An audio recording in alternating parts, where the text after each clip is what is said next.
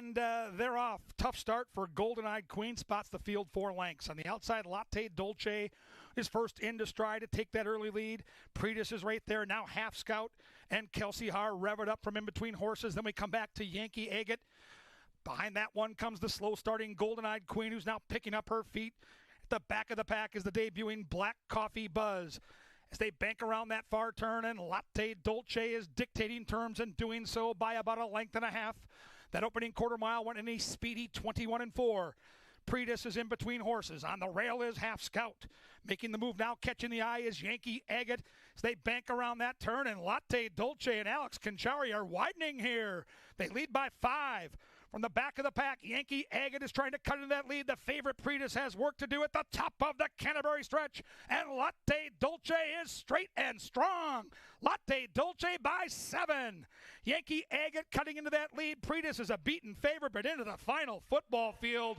Flag fall to That's All. Latte Dolce, impressive tonight.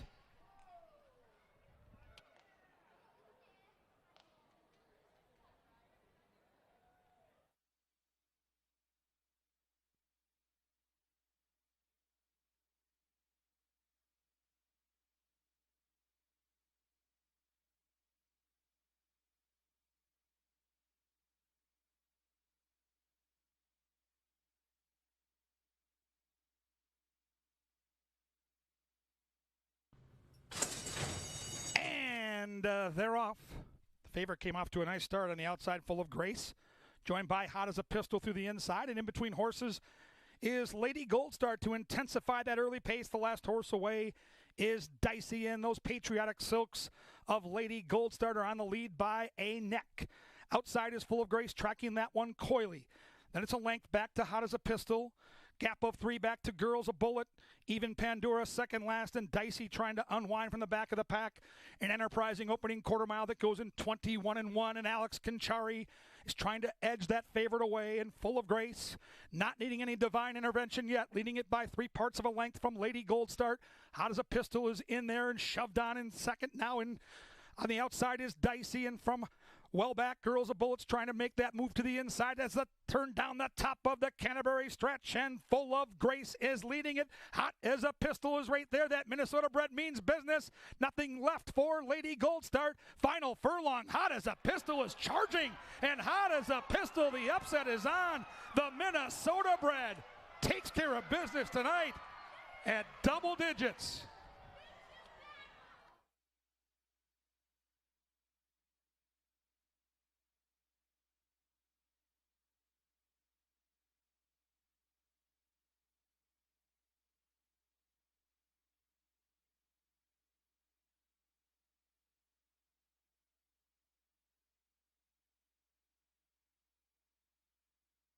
Gate.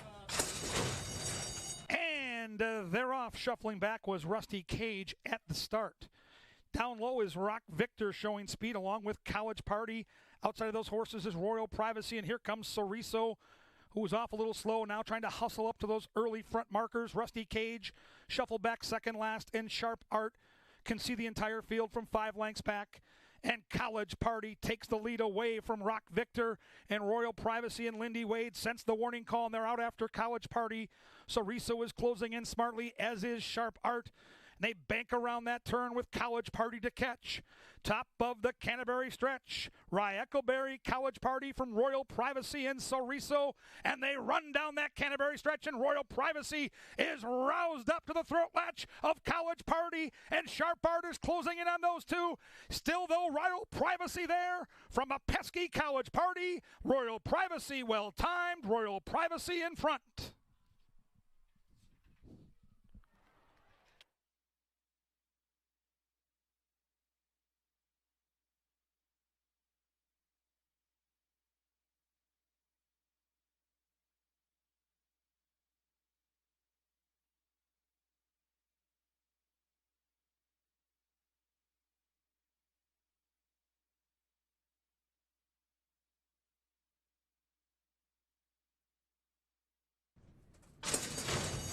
And they're off. Little bumping in the middle caused a problem for It Was the Devil's Idea. No problem for Feeding Friends, who got the early jump, but now Dark Solution From in between horses there to take over that lead. A clump of horses chasing, led by Mr. D's Legend on the inside, and the last horse away.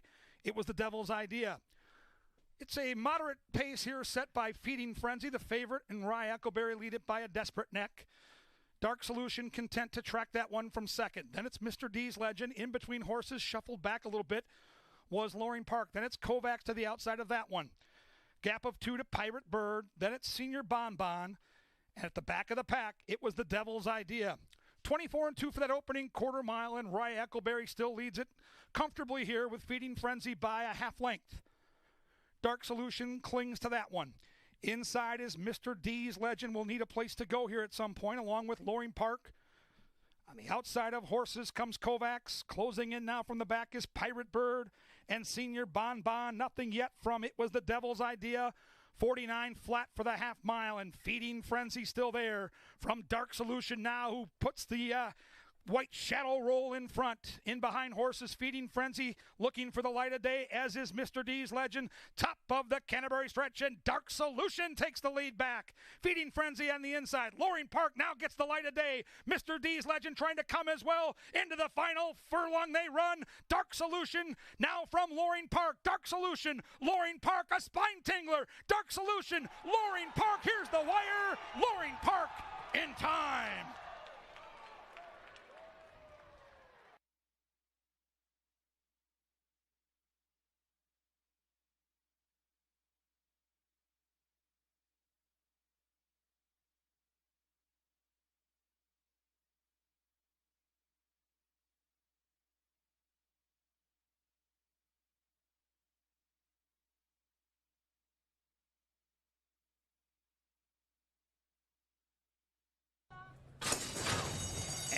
They're off. Slow start for Direct Impact. Fast start for Show Business and the Top Jock. And they are going to dictate terms as they run by the judges for the first time. And Jimmy T is right there with that horse, along with Box Candy, who takes the wide side into that first turn. Tucking in behind is Own the Town. And the last horse away was the slow starting Direct Impact. They bank around that first turn and head to the backside. And it's Show Business and Lindy Wade, who lead it now by a measured length from Jimmy T. Jimmy T restraint there in second, content to track that one. Then it's Own the Town, who's got 3 lengths to make up, along with the long shot Box Candy. Big gap of 4 back to Mischievous Mo from that outside post, has now worked his way to the inside with Quincy Hamilton. In between horses is Courting Moonlight. To the outside is Waco Kid. Nothing left from the gray early on from Holy Muchacho. And closing in from the back is Direct Impact, but he's got 12 to make up. Show Business still there in a very controlled half mile in 47-2, and Jimmy T tries to run with that one. Own the Town is in a good spot in third, but being shaken up. Then we come back to Box Candy. Mischievous Mo and Waco Kid are catching the eye as they bank around the turn, and Carlo Lopez says you better pick up your feet here as Jimmy T means business. Look out for Jimmy. Jimmy takes the lead. Jimmy's feeling good. Top of the Canterbury stretch, and Jimmy T is the one to catch from Show Business. On the outside, here comes Waco Kid, and they run down to that final furlong. Jimmy T, Own the Town, Waco Kid trying to be the kid tonight. Waco Kid roused up to the outside of Own the Town. Jimmy T still there. Waco Kid coming. Waco Kid there. Boom.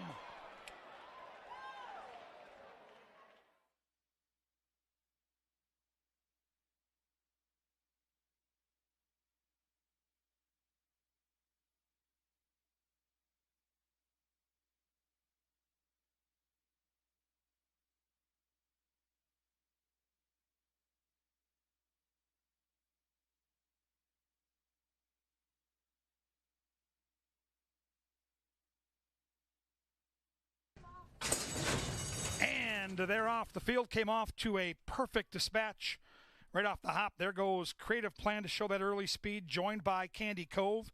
Beyond Street Smart was shuffled back, and now a couple from the outside are joining that pace battle, including I'm an 8 and the 8 Mesa Skyline. The last horse away is Teddy Time.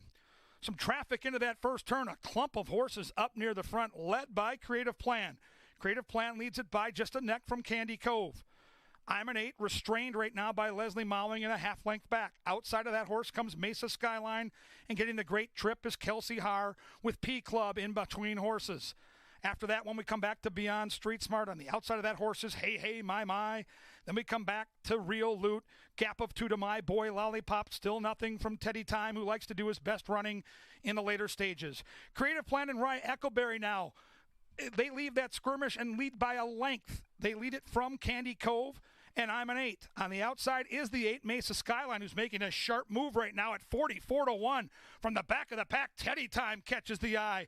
47-3 for the half mile, and Creative Plan is still there and held together okay by Rye Echoberry. I'm an 8 right next door. On the outside is Mesa Skyline. Teddy Time continues to charge from the back of the pack, and they run down that Canterbury turf course, and Rye Echoberry rouses Creative Plan to the lead. Here comes Mesa Skyline at those jumbo-sized odds.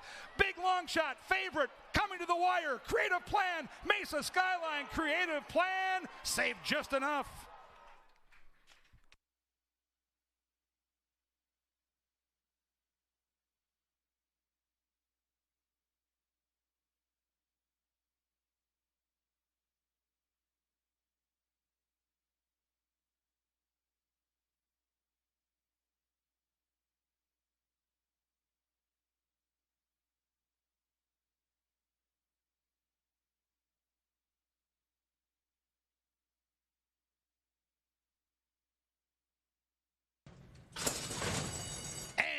And they're off.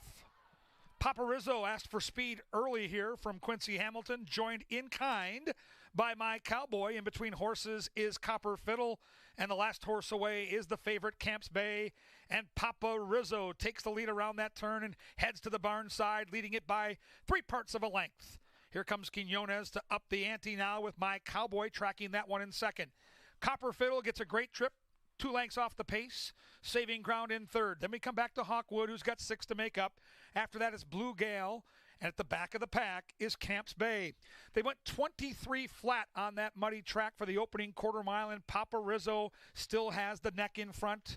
My Cowboy is breathing down his neck, and Copper Fiddle is absolutely poised to pounce. It's 8 lengths back now to Hawkwood. Inside of that one, Camps Bay is making a run, and now tailing off is Blue Gale.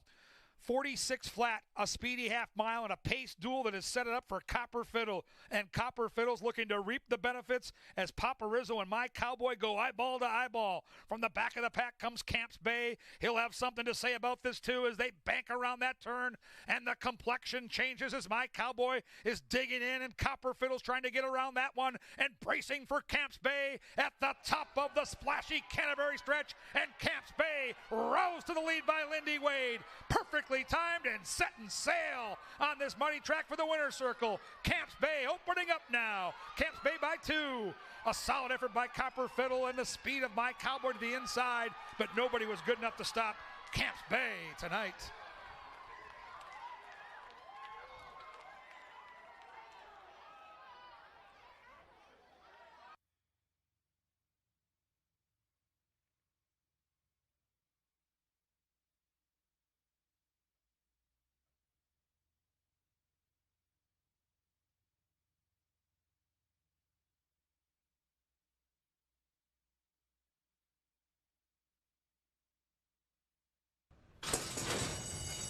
And they're off in between horses. There goes Go For A Ride to take that early lead, joined in kind by Can't Imagine. Through from the inside is Jimmy's Marco, and the last horse away is Robinson. They run by the judges and bank around that first turn, and Can't Imagine has found his way to the front, leading it by a neck from Jimmy's Marco. Rye Echoberry content to lay off that pace after breaking on top. He'll sit back in third, some 3 lengths from those early leaders. Yak is next with 4 to make up. Then a gap of 3 back to Side Street Dave. Outside of that one comes Robinson, and Point of Impact can see them all. 10 lengths from tip to tail, 22-4, an alacritive opening quarter mile on this muddy track, and Kelsey Haar and Can't Imagine are leading it by a half length. Jimmy's Marco is pinned to the inside and in second. There's Go For A Ride, getting that good trip in third. Then a gap of 2 to Yak. Robinson is starting to catch the eye and making a run from the back of the pack. Side Street Dave is trying to angle to the inside, and nothing yet from Point of Impact. And Can Imagine, this long shot means business. Can Imagine getting away from Jimmy's Marco. Go for a ride is under the stick and not responding. Yak is spinning the wheels. Robinson is unwinding as they bank around the turn and head to the top of the Canterbury stretch. Can Imagine has the lead, but Jimmy's Marco has been rationed brilliantly by Alex Conchar, and he tries to reap the benefits on the outside. Kelsey Haar and Can Imagine won't go away, swerving in and out. Jimmy's Marco. Jimmy trying to get to that front. Still Can Imagine. Jimmy's Marco just trying to get by here in the final 50 yards. Jimmy's Marco finally straightens out and gets home by a neck. It wasn't easy, but Alex Conchari got the job done.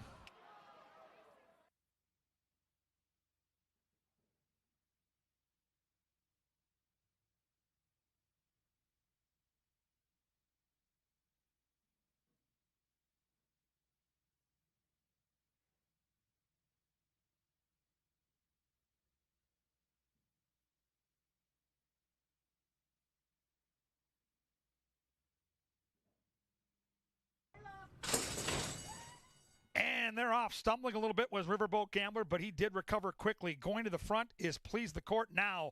Through from the inside comes Company Store and Rye Eccleberry. They take the lead away now as Fender Bender chases that one. Then we come back to Please the Court. Outside of that one is Riverboat Gambler. The far outside is Top Star, and Got Even Smarter is tracking just 4 lengths from front to back as they speed along the barn side, and Company Store has company on the front from Fender Bender, who's pressing the pace in a quick opening quarter mile that goes in 22-1, and Fender Bender's putting the heat on Company Store. Top Star is under the stick. Riverboat Gambler spinning the wheels. And now from the back of the pack, Please the Court is unwinding and catching the eye, but still Fender Bender trying to create some chaos here. Fender Bender from Company Store. Got Even Smarter now off the rail with those red blinkers trying to chase that one down, and so is Riverboat Gambler, and they run down the Canterbury stretch, all 6 in a line, and still Fender Bender from Riverboat Gambler. Far outside, Please the Court is there, but Riverboat Gambler straight and strong and home and cooled out. Riverboat Gambler in front.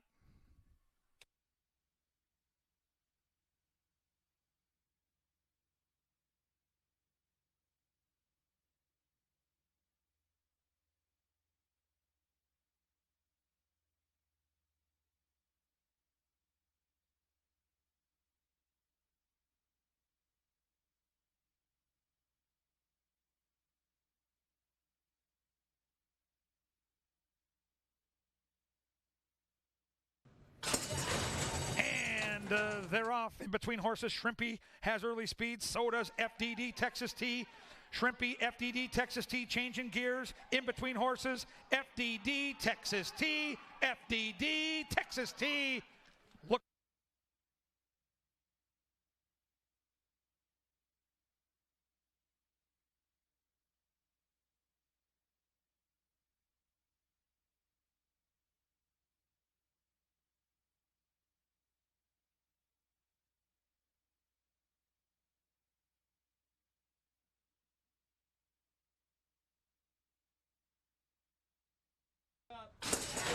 And they're off, and the 3 came off to a slow start. In between horses, it's Diane to Be Relentless. Inside, One Famous Hawk. Outside, Hello Dottie. In between horses, Diane to Be Relentless. Inside, One Famous Hawk. Outside, Hello Dottie. It looked like Diane to Be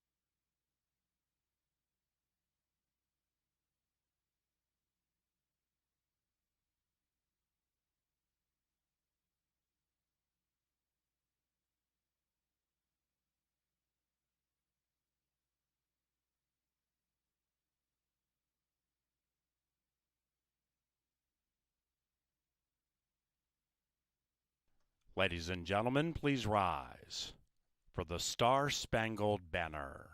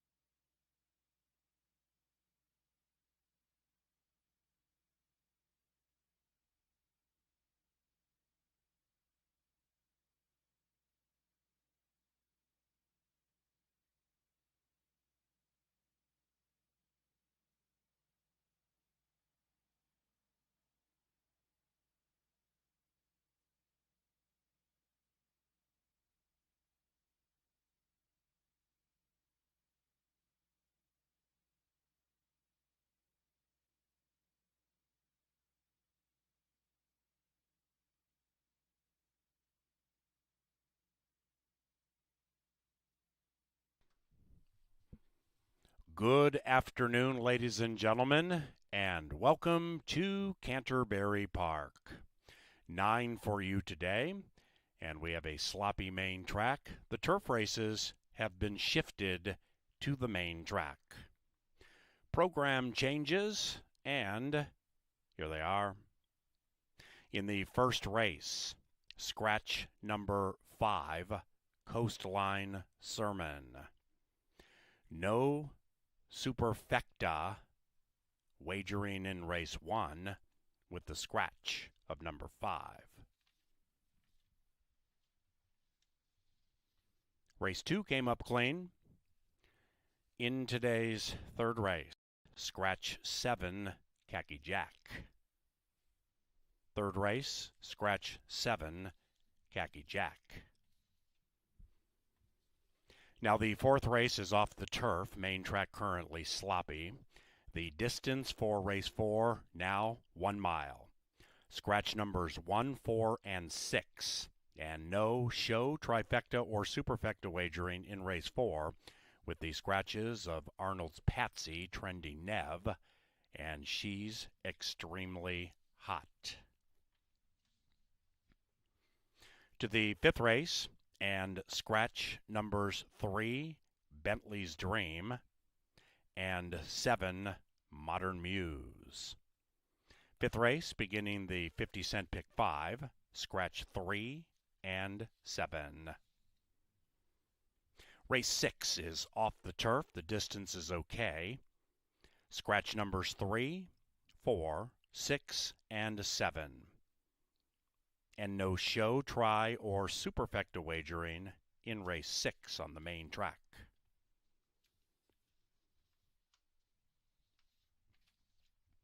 Seventh race, clear of change. Now in the eighth race, we are off the turf. The distance of 5/8 is okay. Number 2, Devil's Fire, is ridden by Alex Conchari. Alexander picks up number 2 in race 8. Scratch numbers 4, Squared Straight, and 5, Future Perfect. In today's ninth and final, number 4, Unbridled Shoes, is ridden by Alex Conchari. Alexander picks up number 4 in race 9. And scratch 7, Classic Whiskey. The first, about 35 minutes from now, we have a free handicapping show. It is a winner's delivering program adjacent to the paddock. It's called Today at the Races, featuring Jeff Madej and B.A. Brian Aragoni, and it's next.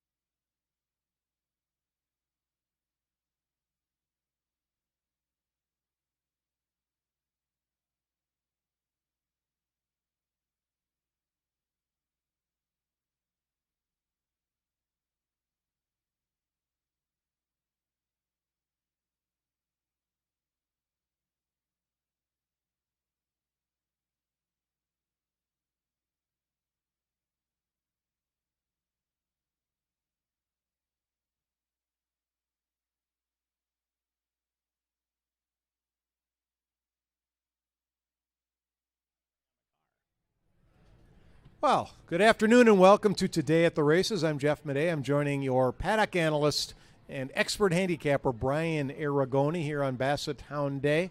What a day of racing we've got here. Now, it is sloppy. The main track's sloppy. We took a lot of rain over the last 24 hours, so we're off the turf, but we're on the sloppy track. We got a couple of short fields, but still some money-making opportunities, Brian. Yeah, I think today was scheduled to be a good card. Now, only 3 races did come off the turf, but oftentimes when you get a sloppy track, that's where value can be found. And here at Canterbury, it's been tough to sneak out value. A lot of favorites have been winning, but on an off-turf day with slop, I think you can find some long shots. Absolutely. I think you can, because people will be looking at form maybe based on turf and not going far enough back to find those horses that might have some secret sloppy form on the main track, and that's what we're going to try to uncover here. How do you think speed will play here? We haven't had a lot of sloppy days, but I remember the first one early in the meet we had some rain and horses were coming from well off the pace. Now maybe that track was heavier, but what do you do to adjust your handicapping on a day like this? Well, typically when it rains, I do believe that speed holds very well. That's when the track's sealed. It doesn't look like the track was sealed today, so it may not cater to speed the way it has in the past. But one thing I want to see how it handles is the Basset Hounds. I did not do any turf breeding with the Basset Hounds. I got this shirt trying to sniff out some winners, and now it completely changes things with the Basset Hounds moving to the turf. It does. Your handicapping, your Basset Hound handicapping is in Elite, peril yeah. now, because Well, you're it not was a elite. great Basset Hound turf mind. You No, just more aren't. of a corgi guy. Yeah, corgis are your specialty, and you picked every winner a couple of weeks back or last. I can't remember. The excitement just keeps coming. We've got dog races each and every Sunday now through the rest of the meet. Wiener dogs next week. We also have Indian Horse Relay later on in August, which is a lot of fun. Bareback racing. Check out CanterburyPark.com for all the details. And then on the horse racing side of it, I mean, great card today, but this week, Tuesday, Wednesday, if you're a quarter horse fan, the racing is fantastic. Wednesday is the Canterbury Park Derby, $83,000, the biggest purse in the Derby since 1989. And then we've got the Mystic Lake Northlands Futurity with a $137,000 purse, the second biggest purse of the entire meet, regardless of the breed. So these are some top-notch horses running for a lot of money. That takes place on Wednesday. Yeah, there's still a ton of excitement going on here at Canterbury Park. Even though we're well into August now, we've got an excellent day of dogs and horses each and every Sunday. We've got the quarter horses this Wednesday with almost $250,000. And I know we've got some big contests and tournaments coming up here, too. Oh, handicapping contests galore. We've got something every day, and you've got a chance to win yourself into your way into a $120,000 contest on September 16th. So if you fancy yourself a horse player or a handicapper, Even if you don't. Yeah, even if you I mean, don't, look if at you me. just Yeah, I'm in. might think you're lucky, Yeah. and take a shot at it. You can get some information. Go see T-Pop up on 3rd level in the information center. She'll dope it all out for you. Wow, we got so much going on here. Look at the food trucks out here. You know, it's a great day of racing. It's a Sunday. We're at the racetrack. The clouds, you can't let it, summer's not long enough to let this stuff get you down. So have a good time today. We're going to have fun regardless of what this weather may hold for us here. And I think we're going to find a winner here with a short price in the opener. I love C-Dub in this race. Yeah, I mean, it was a like, not a love for me. I originally had the 5 on top, scratch into the 4 in this spot. I do think C-Dub on the main track is the way to go. 5.5 furlongs. Not sure C-Dub wants to go any further than that. He does have a tendency to slow down at the wire, but C-Dub, strictly the one to beat. Not sure it's the one to bet, though. This horse opened up at 1-5 or 2-5. If they're that heavily bet, I'll probably wait until races 2, but you got a single, potentially a rolling single in that pick 4. If not, I think there could be a single in race number 4, but this one is a tricky race with the scratch of the 5. I did have that one on top. Now I go 4 and 2. For me, Rolls-Royce Deal is a horse who is, after the claim, Carl Broberg has got this one going in the right direction, and a horse for course here at Canterbury Park. 10 starts, 6 finishes in the exact. I think Rolls-Royce Deal could be the value player in here. Yeah, and is that the horse that had some issues finishing at one point, was kind of erratic? Am I thinking of the same horse? But he had some talent and just took a while mentally to put it all together. You're right. If Rolls-Royce Deal runs his race, I don't know what the number is now. It was 9-1 earlier. I'm sure that'll come down. That's certainly another option for you. And Devil's Teeth, I might have something to say with it in the early running. So, well, it looks like C-Dub is the class here, and you've got Robertino Diodoro, one of our top trainers, and Lindy Wade, our leading rider. That all adds up to a very short price. But I think a lot of people will single C-Dub, and that's what I'm going to do. Do you think it would qualify as a hunch play on a day we welcome Maury's here, that Rolls-Royce Deal gets the job done? Yeah, well, I mean, I think you might want to look at any automotive-related names if you're playing today because Maury's Automotive is here. They've got a big group here having a fun time at Canterbury Park, and we welcome them. Just like we welcome track announcer Paul Allen, who heard my cry for coffee. I went into the Morning Line Brew. It was closed, but Paul delivers anyway. Thank you. Hey, thanks for mine. Appreciate it. On the race, Paul Allen, there he is, folks. There he goes. He'll be calling each and every race today, and as a bonus, the Bassett races as well. On to race 2. This is a 1-mile race on the main track. I'm not real creative here. I went with the 4 yesteryear. Yeah, so did I, and this used to be a play against for me, but the last 2 races, the horse has all of a sudden shown the ability to come from off the pace. Previously, during the first 7 starts, the horse always needed to be on the lead and frequently tired late each and every time. 2 races back, they changed the tactics. They said yesteryear may be able to come from off the pace. They let other horses go out to the front. They set a target for yesteryear, and suddenly this is like a new horse. Got the maiden breaking score 2-back, winning by 5 lengths, then took on Winners, which is a large jump in class, and still ran very gamely. Took on Winners for the first time, only lost by half a length. I think yesteryear can handle the stretch out today, should get a great trip in here because Past the Cat and Runaway Flash could set some fast fractions. Now, Past the Cat, in similar fashion to yesteryear, did get the maiden breaking score last time out. It was a hard-fought battle all the way to the wire, but with Me and Rose and Guest Check. Now, Me and Rose and Guest Check came back on Thursday, did not run all that well, so I'm not sure how strong the race is that Past the Cat won. So I am 4, 5, and 6 in race number 2. Yeah, I go 4, 5, and 6 also. But you ever get to one of those races like this one was for me where I just, if it was ever possible for no one to win, this would be that kind of race. So if you're guaranteeing me a single later, I'm going to single C-dub. I'm going to go all in this leg because I don't have any confidence with my 4, 5, and 6 here. Try to catch something that I don't see coming, a big bomber, and then move along in that pick 4 wager because things could pay. It could pay thousands of dollars if we get lucky. Yeah, I mean, there's unlikely to be any stakes winners exiting race number 2, so it might be a race you want to spread out because they're a little bit inconsistent at this level, and that's where I'll leave it. Don't know if you've heard about the Canterbury concert series. Were you here for any of the 3 shows this last 7 days? Yeah, no, I actually attended En Vogue like many people did. En Vogue was a great show. They put on a heck of a show. That was on Friday night. Last night we had Steve Earle. Earlier in the week, Old Crow Medicine Show. Coming up a week from Monday, Robert Cray, a veteran blues guitar player. If you that's like your the blues, guy. Yeah, that's he's your good. Guy. He is very good. And these concert series, it's a new venture for us here. Something new. We're trying more intimate setting, not one of these big 40,000 people running around in the infield bit. We use the grandstand seating. You'll see the stage out there. Pretty cool. Acoustics are fantastic. Robert Cray, approachable for the blues fans for sure. Yeah, and spacing's good too. If you're worried about that, there's plenty of spacing with the concert series tour. It's something at Canterbury, and I think it could be here to stay because so far through En Vogue and on Saturday's concert, it's been excellent. Really good show. So check that out again, CanterburyPark.com. Everything you need to know about anything going on in Shakopee because this is the focal point of Shakopee right out here at the park. Race 3, scratch the 7, Khaki Jack. 6.5 furlongs. It's a pesky distance, and because of that, I decided to take a horse that had been running on the turf, but now is on the dirt, had been running long, is now going short, and that's number 6, Bayou Prospector at 6-1 with Rye Eckleberry, last year's champion jockey. We're going to get a solid ride out of Rye on Bayou Prospector, my top pick. I thought I had a long shot here. I thought I was going to zig while others zag, and then Madej finds Bayou Prospector for Rye Eckleberry. Certainly looks like 0 for 1 on the dirt. All of a sudden, this horse's 8 starts are all on the turf. You think, why are they going back to the main track?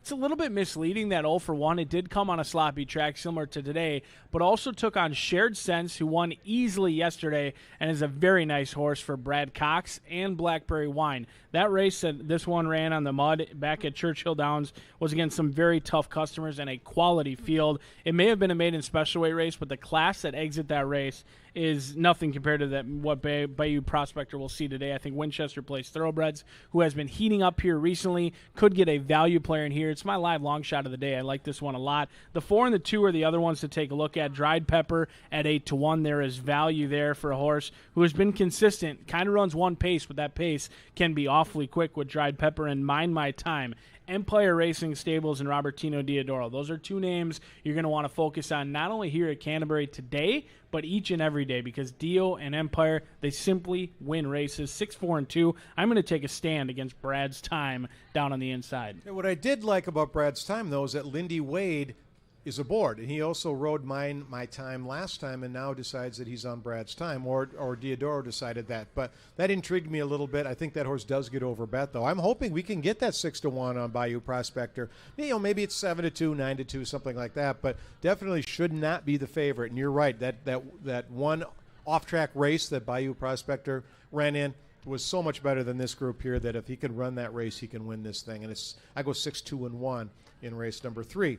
On to the 4th race. We'll scratch the 1, Arnold's Patsy. This is off the turf.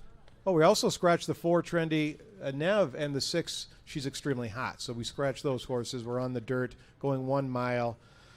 Sailing Along is my top pick in here. Stretching out, Bravo, Eckleberry. I think this horse can get the distance and can do it in fine fashion. Yeah, I had Sailing Along on top when this was on the turf. I thought the horse was bred to love the turf. The dam was all turf, made over $100,000 in earnings, and they were set to try the turf. But now, out of all the horses that stay in this race, it's a 4-pack going 1 mile. The horse that moves up the most with the surface change happens to be Sailing Along as well. I think Rye Eckleberry has the controlling speed in here, does get away from the stablemate Star of the North, who is a freaky filly for the Bravo barn. Took on boys last time and did so easily, but I think Sailing Along avoids a stablemate, finds a field of 4 that is scheduled to be on the turf, and now the turf debut will have to wait a little bit for Sailing Along. They'll go back to the main track today, where I do think they look awfully tough in here. 3, 2, and 6 for me. So that's a single for you in that pick 4? That will be, yes. Okay. Well, it's we're going to have to work hard to get a price in those middle 2 legs, I think.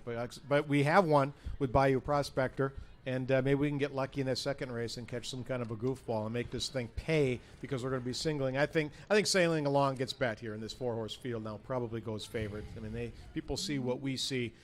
In the connections and the ability of that horse and the buyer speed figures and whatnot. So I go 3, 5, and 2 in that race. On to race 5.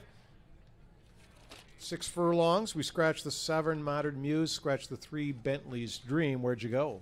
I went to the 8, Lasting Light. Juarez gets the call in here for Dick Capelucci. Did you copy my picks today, or what's going on? Usually we are very different, but not today. I'm 8, 9, and 6 in here. Fable's Love Affair is a horse that can absolutely pick up the pieces if they do go fast. And in this race, on the mud, they have a tendency to go quick, and I think Fable's Love Affair could get the job done in here at potentially double-digit odds. But Paul Allen taking flowers home to Lisa, it looks like. Very, nice move, very Paul. distracting watching Mr. Allen do some gardening work here at Canterbury Park and fixing some of our flowers for us.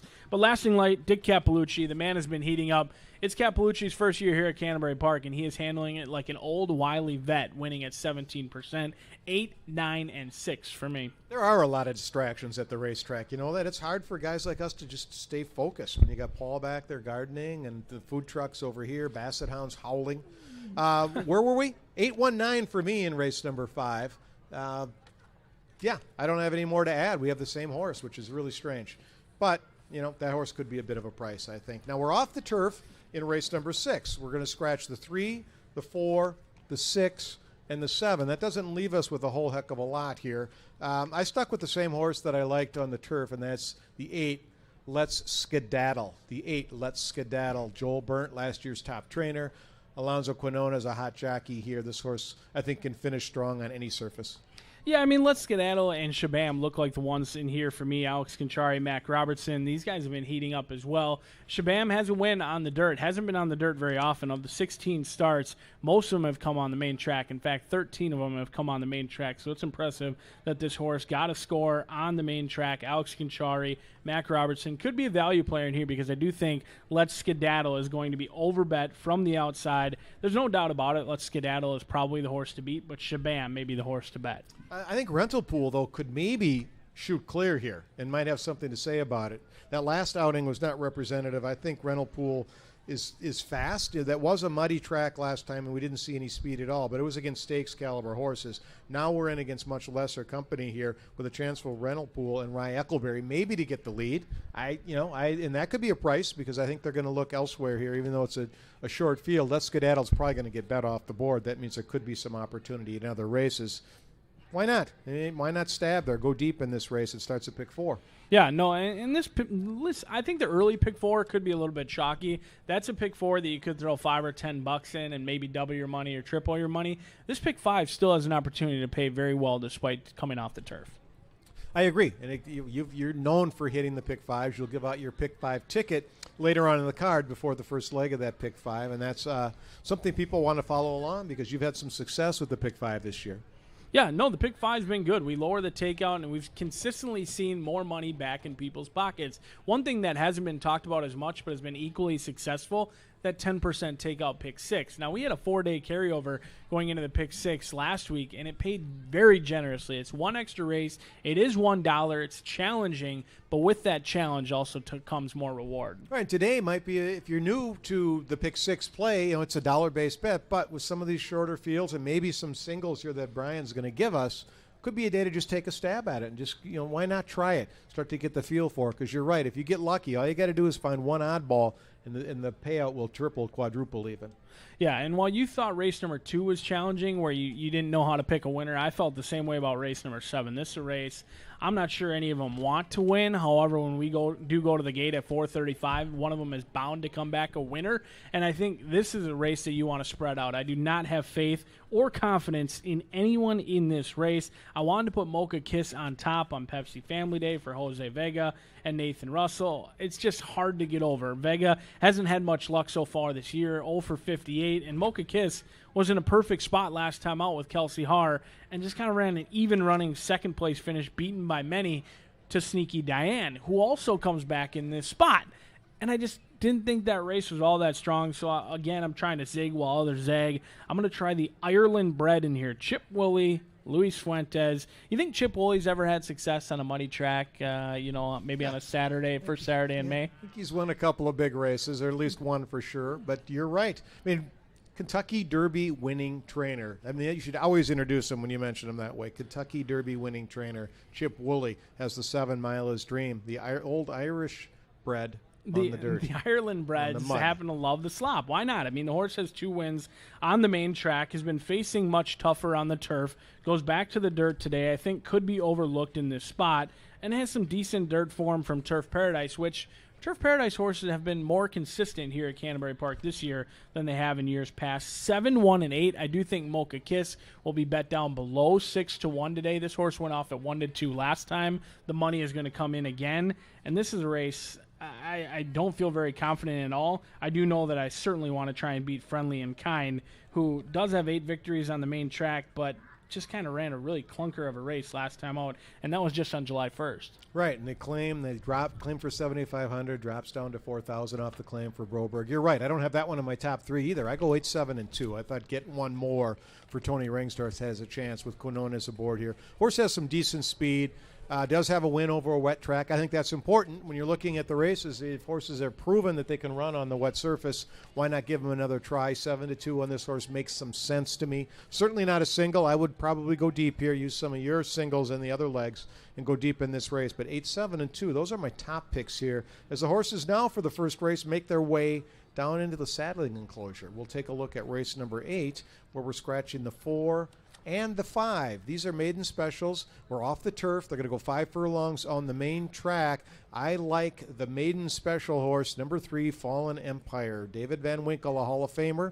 Chad Lindsay aboard. This horse just stands out over this group. No, I've been in your shoes plenty of times, and unfortunately every time I've liked Fallen Empire, I've made a return back to the ATM. I do not like Fallen Empire at all today. This is a horse I've played numerous times. It's time for me to jump off the Empire, and it is Fallen Empire. I'll let you ride this one right to the winner's circle, but I'm going to try Alex Conchari and Eric Heitzman. 8-1 on Devil's Fire. This is another horse that I did like on the turf. I like it also on the main track. Of all the horses that was scheduled to be on the main track always, but this one gets Devil's Fire in here. I like this one a lot. Has been blowing holes in the wind. Look at those workouts, Jeffrey. 35, 35, 47, 47. I think if this one can run anything that the talent they've shown in the morning, could fire fresh off of a layoff at a decent price of 8-1. Yeah, you might have me there. Do note that jockey change, folks, in race 8, number 2, Devil's Fire. The Shakopee Kid aboard. Alex Conchari will ride the 2, Devil's Fire.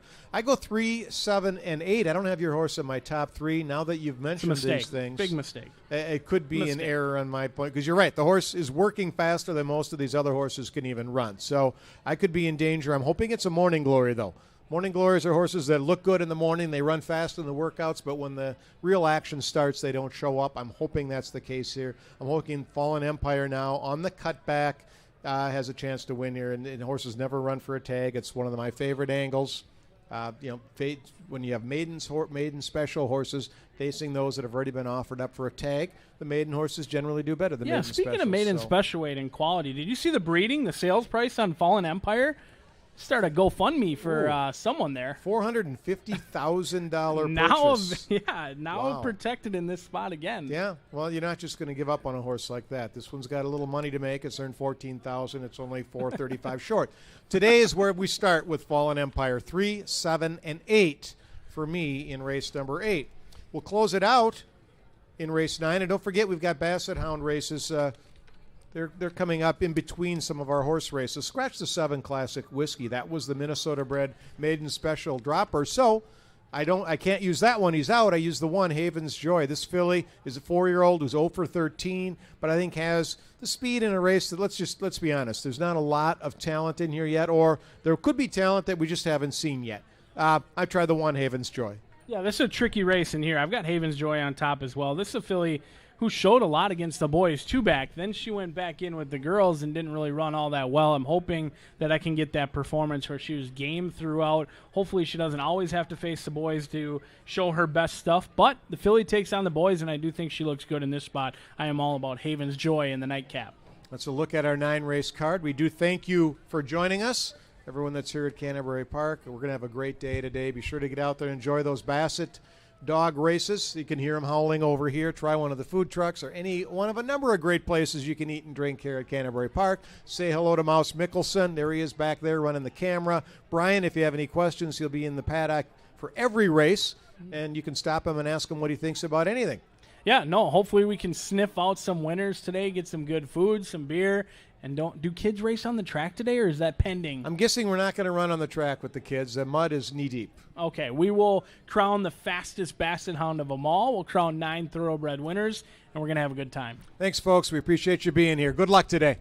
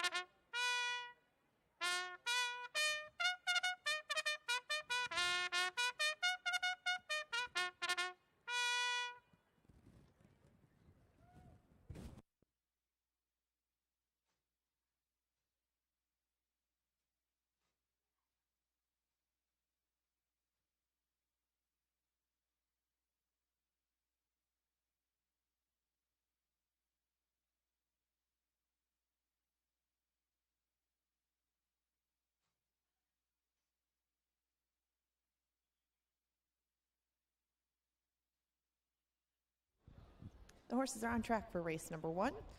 It's a 5.5 furlong, $5,000 claimer. No superfecta wagering in here with the scratch of number 5, Coastline Sermon. Your 3 to 5 favorite is C-Dub. We start out on a sloppy main track. We're off the turf today. Lots of scratches as a result. So do keep an eye on the changes as they roll across the board. We have 9 today. Again, off the turf. We start with a main sloppy track. Got a lot of Basset Hound races today, too. After races 3, 5, and 7, we will have our heats of the Basset Hounds. Should be very interesting with those low-to-the-ground animals with a muddy track. We'll find out how those things fare after races 3, 5, and 7. In this first race, the first gray of the day is on the rail. That's Devil's Teeth. If Devil's Teeth wins, Gray Duck will provide 2-for-1s for the rest of our Sunday afternoon. We've got no carryovers in the pick 5 and the pick 6. Those pick 4s begin here in the first and in race number 6, the pick 5 in the 5th, and the pick 6 in the 4th. Brian Aragone's put together a ticket for this early pick 4 that starts in 4 minutes. We'll see if he singles the 3 to 5 favorite C-Dub or decides to spread out. His thoughts are coming up next on the first 4 races of the day. Good luck and enjoy Family Day.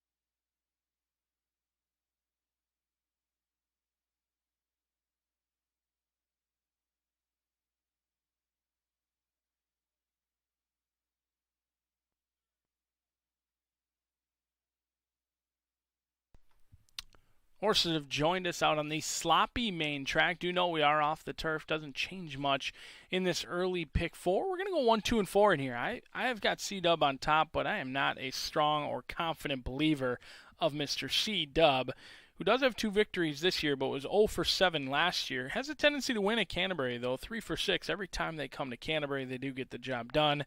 But I'm not all that confident in the top selection, so I will use a few others in here, including Devil's Teeth, who was game last time out at 6-1, along with Rolls Royce Deal, who has 3 victories from 10 starts here at Canterbury, 1, 2, and 4 in race number 1. Race number 2, we're just going to go 4, 5, and 6. Yesteryear, Past the Cat, and Runaway Flash could potentially provide value. Yesteryear has 3-1. Morning line stretching out for the first time. Past the Cat at 9-2. Did get the job done, but was against much easier than they'll face today. And Runaway Flash for Paul Brandt and Lynn Rarick with Aurora, who's been knocking on the door for some time, but has yet to break it down. Does face a group that, one of the easier groups that he's seen in a long time for Runaway Flash at double-digit odds, 4, 5, and 6 in race number 2. Race number 3, this is where the value will need to come. Brad's Time, certainly a deserving favorite from 5-2. We just don't see very many Lone Star shippers come to Canterbury, let alone Lone Star shippers come to Canterbury and have success. This one just raced June 27th at Lone Star. Second place finish, was beaten by 5 lengths. Gets some class relief in this spot, but that extra half furlong could be a little bit pesky for a speed horse down on the inside. This is a race that I'm going to spread out as deep as I can. 1, 2, 3, 4, and 6. Because in race number 4, we've got a 4-horse field. You've got two options, single a horse or hit the all button. That's really all you can do in race number 4. Scheduled to be on the turf. Now we'll be on the main track. Single or hit the all button. I'm going to try and single. It's a $22 play. It's an early pick 4. It's time to make some money on Pepsi Family Day before the Basset Hounds take to the track. Don't forget Basset Hounds on the track after races 3, 5, and 7. Thanks for joining us, and good luck.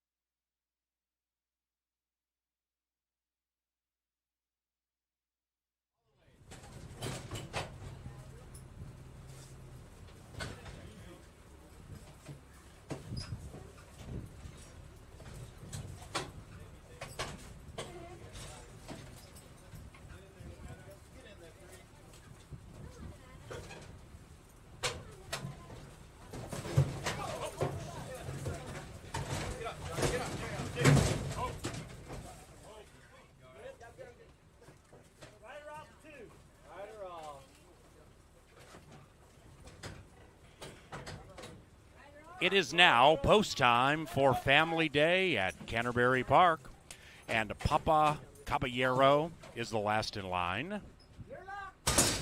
And they're racing, and the quintet splashed out in unison from the center. C-Dub had the lead for a second, overtaken by fellow gray Devil's Teeth, and between them is Rolls Royce Deal. Then it's Papa Caballero, overtaken by Seekin' Justice, and they're about 8 lengths from the speed, and a couple of grays on a cloudy day separate themselves from Rolls Royce Deal. It is C-Dub to the outside of Devil's Teeth, and they travel in perfect harmony. After that, Seekin' Justice beginning to run on fast, about to take third. Papa Caballero is 15, 18 lengths from the lead as they come splashing down the Canterbury Park sloppy track. It is C-Dub at 2-5 with the leading man opening up a 3-length advantage. Devil's Teeth is next, then it's Rolls Royce Deal. Seekin' Justice teetered out into the final 16th. C-Dub gets the dub. 4-1-2 in race 1. C-Dub first.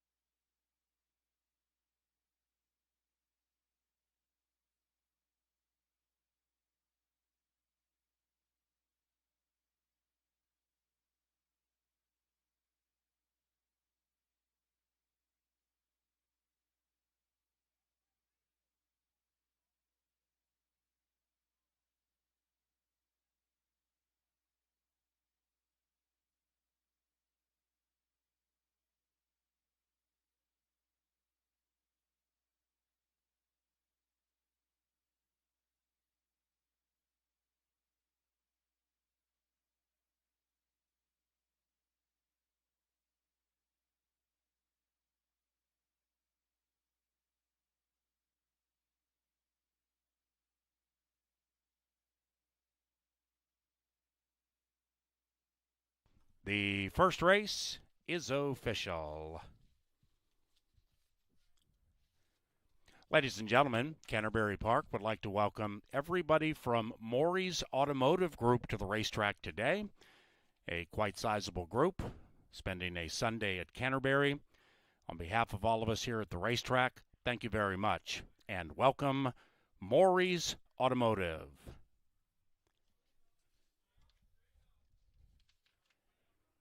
No scratches or rider changes in race 2.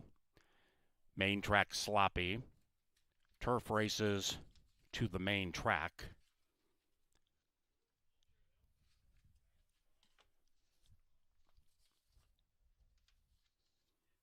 The second is courtesy of Atomic Data, the preferred IT solutions provider for Canterbury Park. Basset Hound racing today, following the 3rd, 5th, and 7th. Next Sunday, Wiener Dog racing. The Datsun's Dash at Canterbury next Sunday. Wiener Dog racing this time next week.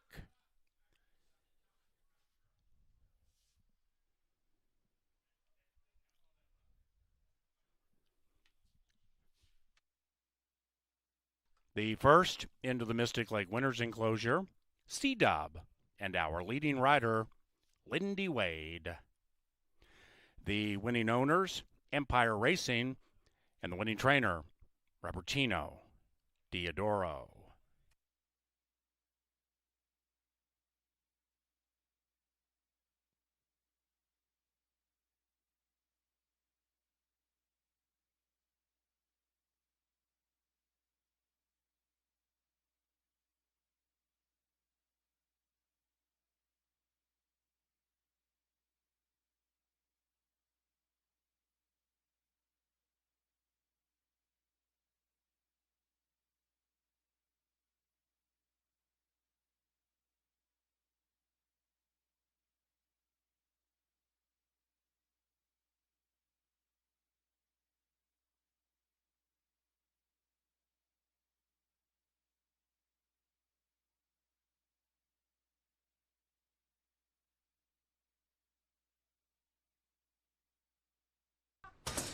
And they're racing, and the quintet splashed out in unison from the center. C-Dub had the lead for a second, overtaken by fellow gray Devil's Teeth, and between them is Rolls Royce Deal. Then it's Papa Caballero, overtaken by Seekin' Justice, and they're about 8 lengths from the speed, and a couple of grays on a cloudy day separate themselves from Rolls Royce Deal.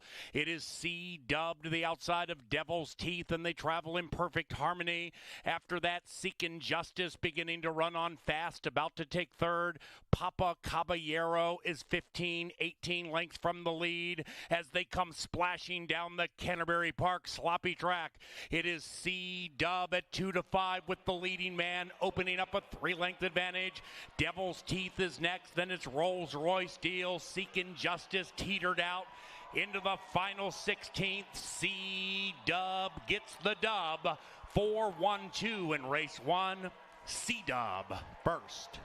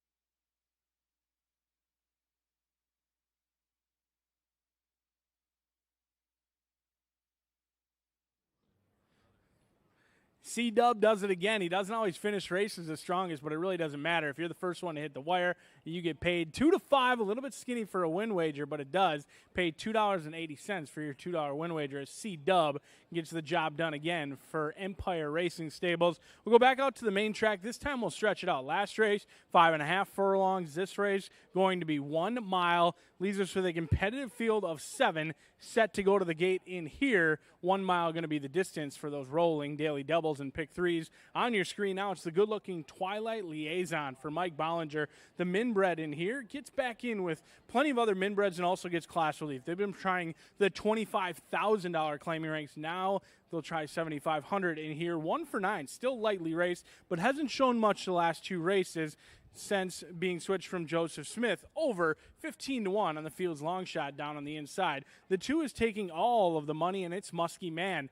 I must admit, this feels like a vulnerable favorite to me. I'm going to play against the Muskie Man in here. The blinkers do go on. Danny Caldwell wins races all over. He wins them here at Canterbury, down at Prairie, over at Oaklawn. But Muskie Man in this spot, the field he beat, very suspect back on June 17th. Not many winners have come out of that race. Does get the class relief today, but I'm going to take the wait-and-see approach. But there's no doubt about it. Lindy Wade has been excellent here at Canterbury Park. And the old saying goes, get paid, ride Wade. But it won't be for me this race with Muskie Man at 9 to 5. The 3 is Reed's Landing. Alfredo Juarez gets the call in here for Chris Richard. Another who's making start number 10 in here. 1 career victory. It did come down at Delta Downs, going 7.5 furlongs. This one has been tested at the allowance levels. Then they tried this level last time out. Now they'll stretch back out where Reed's Landing, a perfect 1 for 1 at a mile. 8-1, a value player in here. The 4 is Yesteryear. Valenzuela gets the call for Clinton Stewart, 1 for 9. Since they made the tactical switch to come from off the pace, Yesteryear has been a completely new horse. We'll see if Valenzuela can time it right on the stretch out. But the good looking Past the Cat. We may have plenty of dogs out here at Canterbury Park, but Past the Cat looking very nice down here in the walking ring. On the toes, on the muscle. We'll see if the Cat can bring home a winner on a day Canterbury Park welcomes the puppies. The 6 is Runaway Flash, Paul Brandt and Aurora for Lynn Rarick. 1 for 14, but there's no doubt about it. Runaway Flash can run with this group in the 7. Gone Cruising. Rye Eckleberry, Francisco Bravo. You've got Hall of Fame connections in those 2. Third start off the layoff. Gone Cruising's faced much tougher in the past. We'll see if Rye Eckleberry can bring the Hall of Fame trainer home a winner at 7-1. But I'm going to try Yesteryear in here. Don't forget, we're inching ever so closely to the Basset Hounds taken to the turf after races 3, 5, and 7. You won't want to miss it.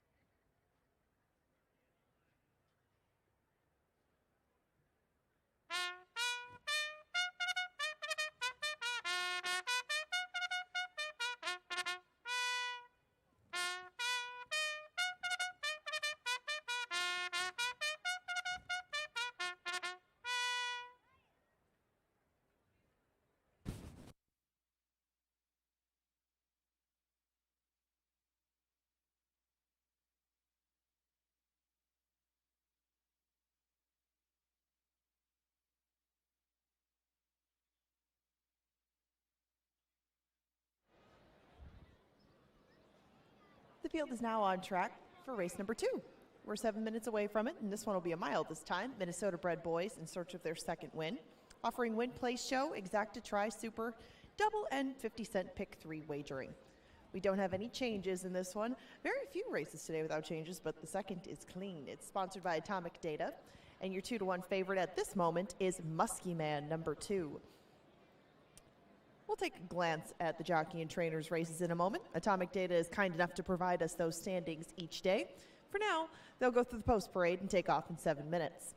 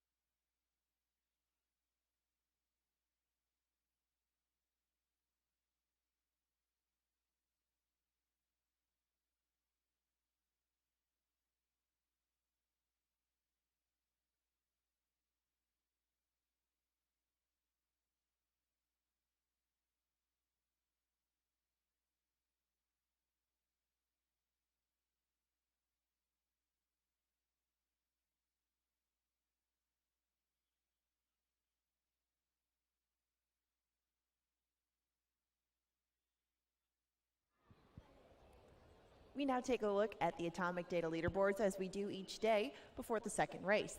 Atomic Data is the sponsor of these standings, and they have been changing, not as much recently, but there was a big change earlier in the year, and that leader now remains. That's Lindy Wade on top. Right now, he is, 8 ahead of Alonzo Quinones. You saw him pick up the first. Alonzo and Rye Eccleberry are now tied in second with 36 wins apiece, as Rye Eccleberry and Lindy Wade both picked up a pair of wins on Thursday evening. Alex Conchari also got a pair too, and he's behind them with 27. Alfredo Juarez just 2 behind him with 25. They all won a pair on Thursday, and Robertino Diodoro also took the trainer's lead back, and he just won the first race with C-Dub at 2-5. It's been going back and forth quite a bit between those two on top. Joel Burnt with 24 and Tony Rengstorff with 22. But a couple of names that you're going to want to look for today are Francisco Bravo and Oscar Flores. They both had horses entered in 4 races today. A lot across the board. You don't see a lot of those names a ton on that leaderboard in the entries today. Sometimes you see them with horses in 6 races, 7 races, all throughout the card. Not a whole bunch of action from any of them, although the Diodoro camp did win race number 1. Race number 2, we are 4 minutes away from it now, and your favorite remains Muskie Man. He's trying to pick up the early double for one Lindy Wade to see if he can extend his lead on Alonzo Quinones and Rye Eccleberry in 4 minutes. Good luck in the second race, sponsored by Atomic Data, and thank you, Atomic Data, for sponsoring those leaderboards each day. Remember, we don't have Basset Hounds after this one, but after race 3, you're going to want to get as close as you can to the outside rail, because that's when the dog races begin. Good luck in race 2.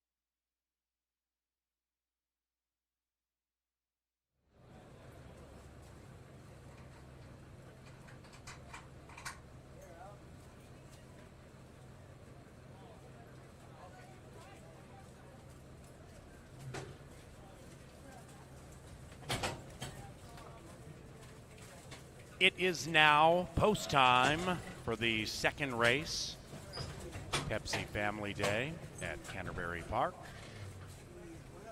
Muskie Man and Yesteryear, each 2-1. Runaway Flash moving in. Gone Cruising, last in.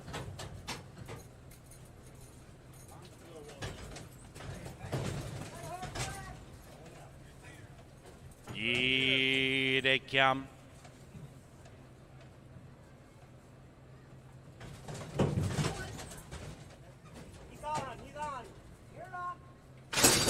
And they're racing in the Irving Anderson Limited Classic. And they splash out of the starting gate in unison with Twilight Liaison. Going very quickly at 33-1 as they corner. It's AC Doocy in the early stages. And Twilight Liaison trying to lull them to sleep on the early lead. Muskie Man with the blinkers on, prominent. And now 1 and 2 are in perfect harmony as they slosh up the Canterbury Park barn side. 3 lengths to the good of Reed's Landing. That one's to the inside of Yesteryear, and outside of that, past the Cat, trying to win 2 in a row. 8 lengths after that to Runaway Flash, and Gone Cruising cruises along to the inside of that 6. They're covered by 10 into the far turn, and Muskie Man and the leading man dispose of Twilight Liaison, and Muskie Man goes puddle jumping with a 5-length lead. Yesteryear flashes into second past the Cat outside of that one. Reed's Landing on the move, 5 out of it. Muskie Man's lead is diminishing. It's 1.5. After that, we have Runaway Flash making a wide move, and in last is Gone Cruising, but just 8 lengths from it now. Muskie Man continues to fire. Muskie Man from Yesteryear, then it's Reed's Landing. Outside of that, Runaway Flash, that's the one on the far outside. Into the final furlong, up goes Yesteryear, and Muskie Man repels the challenge, and they're locked in battle inside the final football field. It's a Sunday spine tingler. It is Muskie Man. Yes, 2-4-7 in race 2.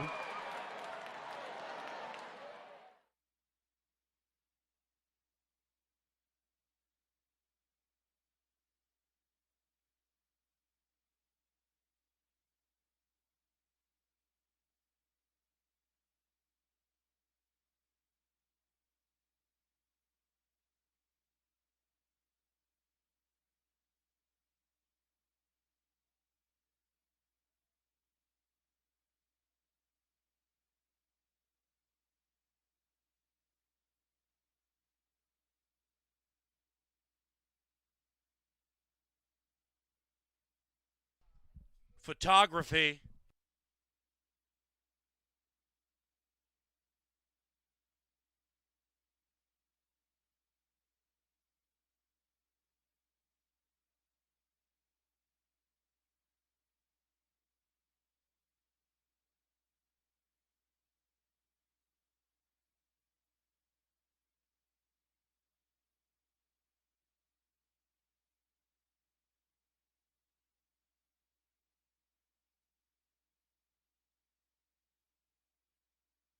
Number 2, Muskie Man, ran first.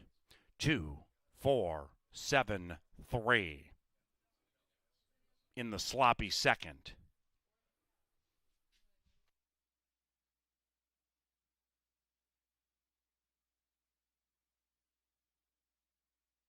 Second official, $8 for the exacta.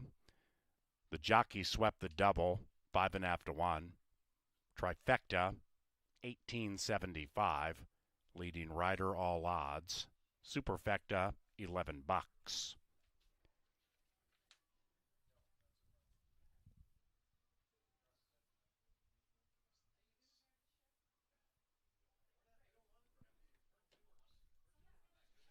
The third race is 22 minutes from now, following race 3, Basset Hound Racing, right out here at the park. And in the third race, scratch number 7, Khaki Jack. Third race, courtesy of Bud Light Seltzer. We'd like to congratulate you all at the racetrack for sweeping the Irving Anderson Limited Invitational Double. Congratulations.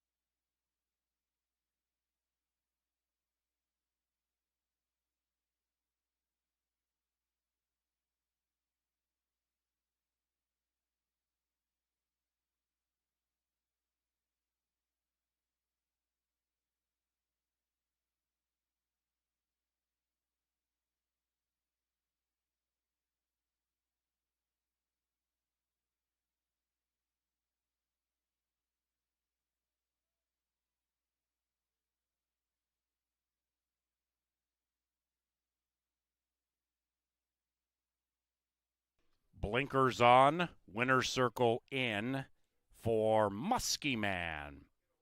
Back-to-back wins for Lindy Wade. The winning owner, Danny Caldwell, and the winning trainer, Oscar Flores. Muskie Man is a 4-year-old son of Congrats and of One More Strike, bred in Minnesota by Suzanne Stables.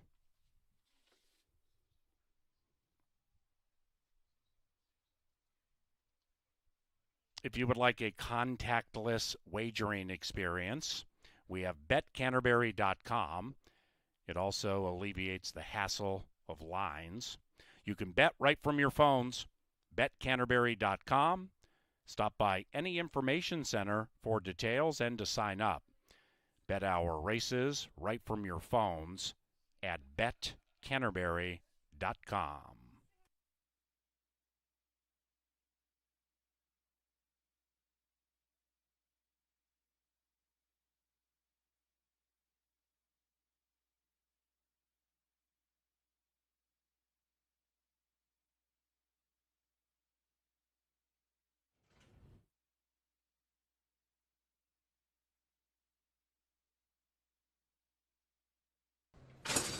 And they're racing in the Irving Anderson Limited Classic.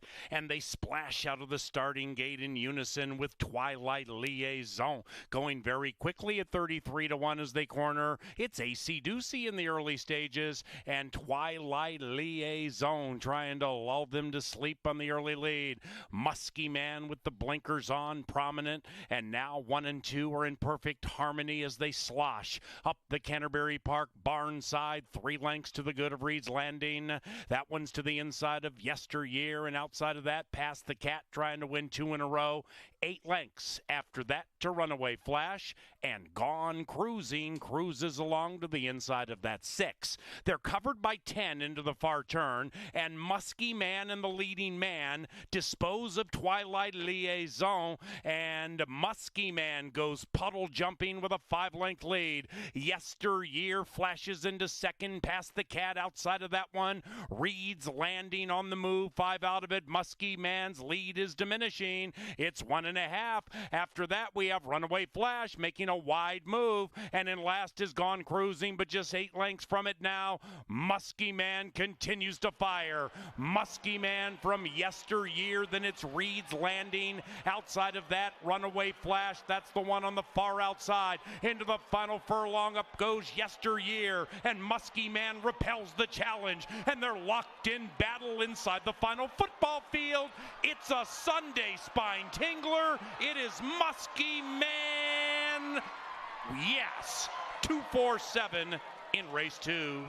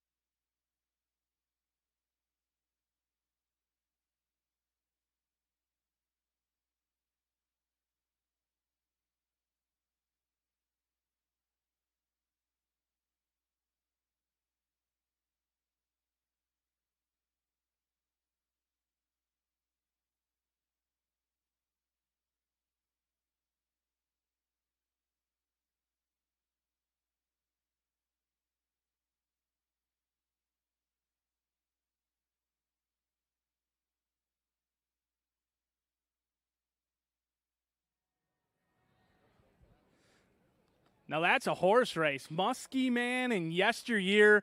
1 mile the distance comes down to a photo finish as Muskie Man and Lindy Wade get the job done in there. It looked like yesteryear was going to go right on by, but Muskie Man had more left in the tank. Awfully cool when they go a full mile, and it comes down to a bob and a photo to decide it. Race number 3. The dogs come out on the track after race number 3. Scratch number 7. Do take out number 7, and here leaves us with a field of 6 set to go to the gate. The rail runner, it's Brad's time as Lindy Wade looks for a riding double in here. This one goes out for Highlander Training Center as Robertino Diodoro sends out the stable mates who will be gate mates today. They'll be right next door to each other back in the barn.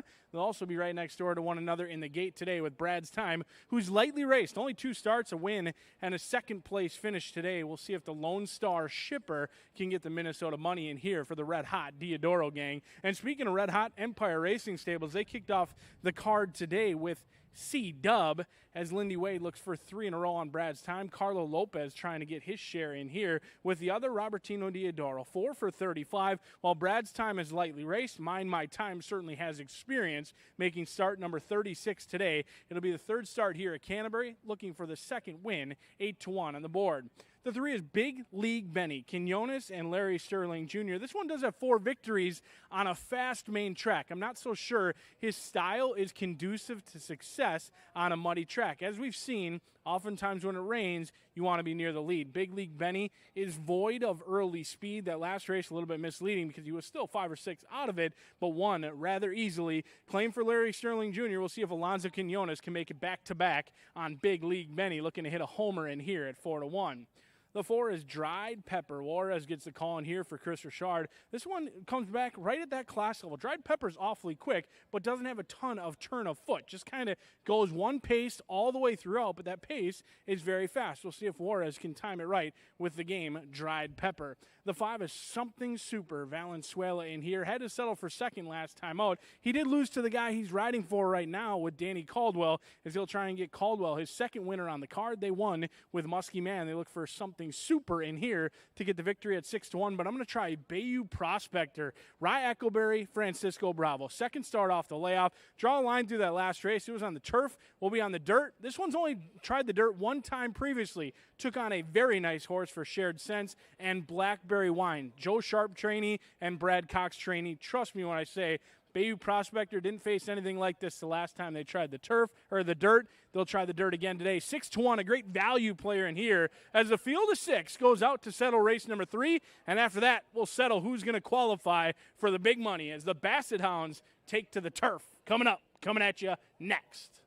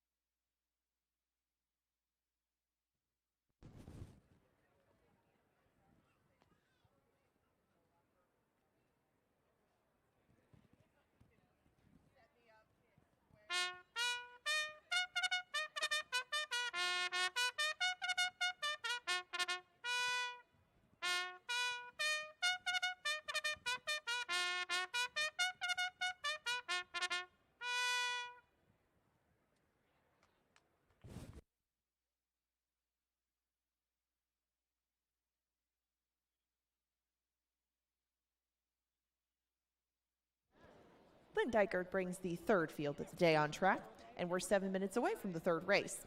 Scratch the 5, Khaki Jack. Or sorry, scratch the 7, Khaki Jack. My mistake. 6.5 furlongs is the distance for this optional claimer.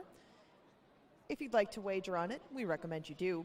You can do win, place, show, exactas, tries, supers, doubles, and 50-cent pick 3s. The field of 6 was led out by their favorite. That's the rail running Brad's Time, looking to pick up another win for Robertino Diodoro and Lindy Wade, who looks to go perfect on the card. We'll find out in 6 minutes if that is the case. But after the post parade, take a glance down at TV monitors or here in the winner's circle, as we will have a very special presentation to a very special group of people.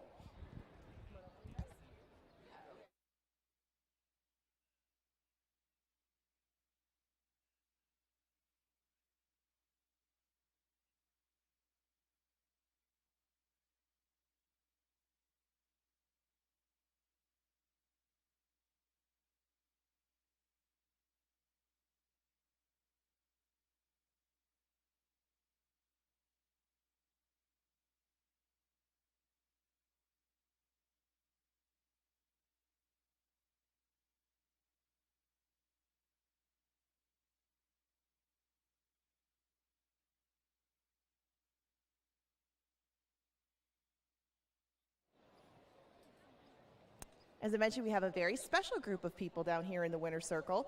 We are proud to present this check for $500 to the Minnesota Basset Rescue. Minnesota Basset Rescue is an all-volunteer group of Basset Hound lovers whose goal is to rescue bassets and find them a forever home. They're a nonprofit organization that was founded in Minnesota in 2017, and they rehome dogs from owners who can no longer provide for them and rescue dogs from local pounds and shelters. Now, joining me, I do have 3 representatives from the Minnesota Basset Rescue, and we do have a donation from the Canterbury, Minnesota Fund, and we thank you guys for all that you do. Race fans, be sure to head over to their booth space near the paddock to visit with the adorable dogs and learn more about their mission. And if people would like to look you guys up on the internet, get involved, maybe bring one of those beautiful bassets home, how can they do so? They can go to our website, which is minnesotabassetrescue.com, and you can fill out forms to adopt, foster, volunteer, anything you wanted to do or donate. You guys should be so proud of the work you do, and we're proud to have you here today. Thank you, and we know that you'll put this money to great use. Thank you. Thank you.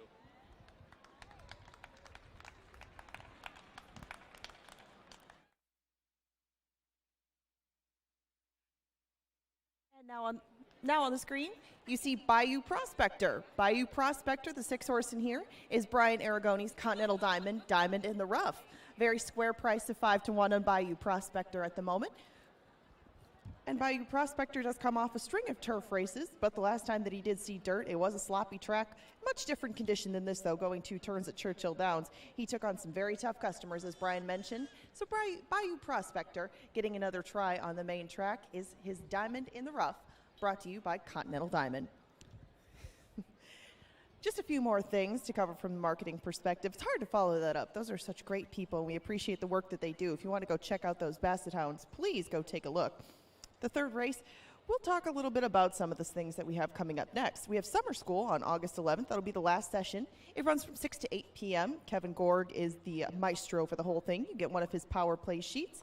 You get an instructional seminar on playing the races. You get a free beverage, all of that for $15. If you want to check out tickets online, they're available at canterburypark.com. If you learn a lot from that and you want to get involved in contest play, you could win your way to our big one at the end of the summer. Of course, there's details on the BCBC Big Ten on our website as well, but there's a feeder that we're trying to get ramped up in the Made in Minnesota Breeders' Cup betting challenge contest. It's a $300 buy-in.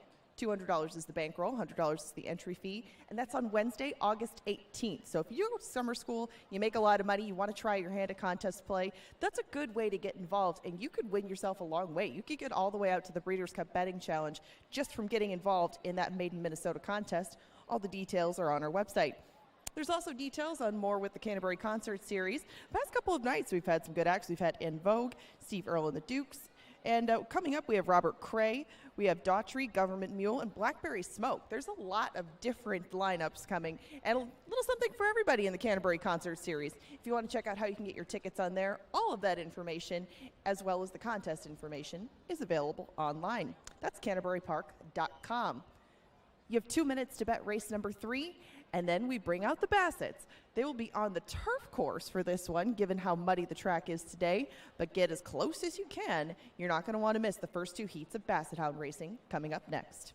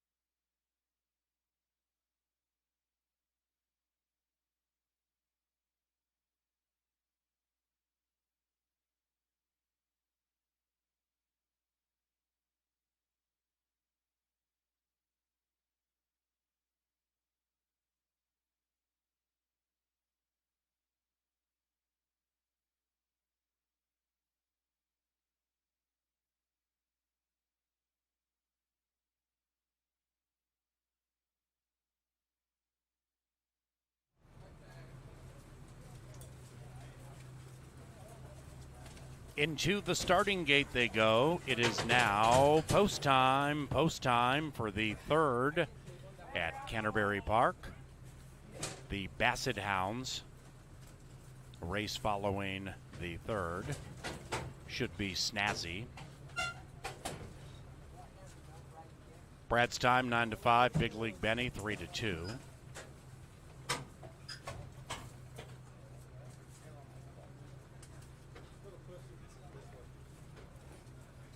Big League Benny moving in. And Bayou Prospector last in.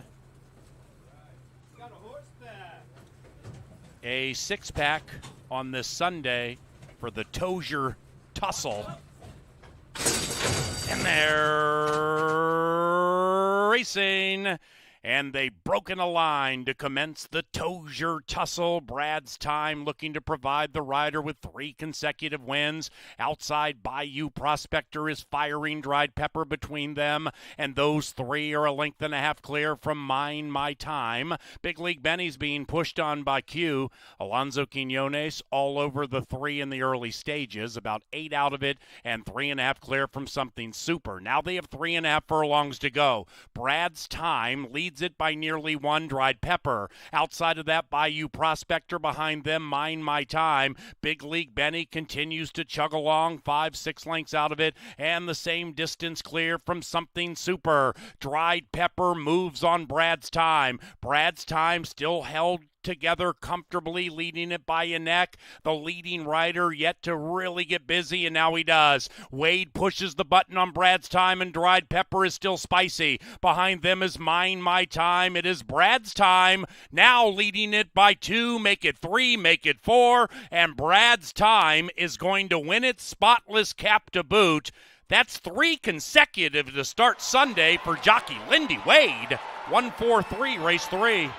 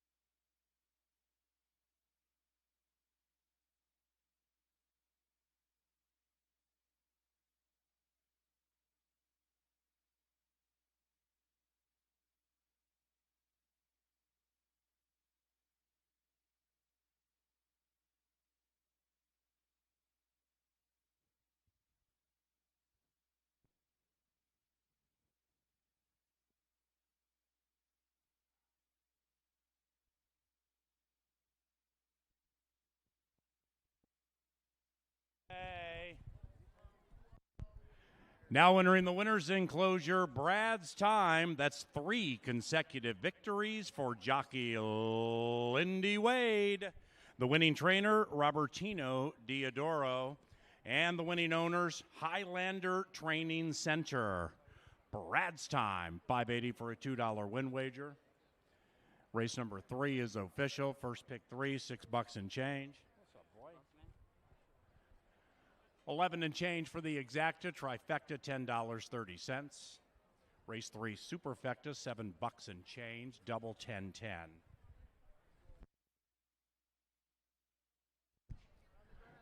Ladies and gentlemen, Basset Hound racing on the Canterbury Park turf course coming up very soon.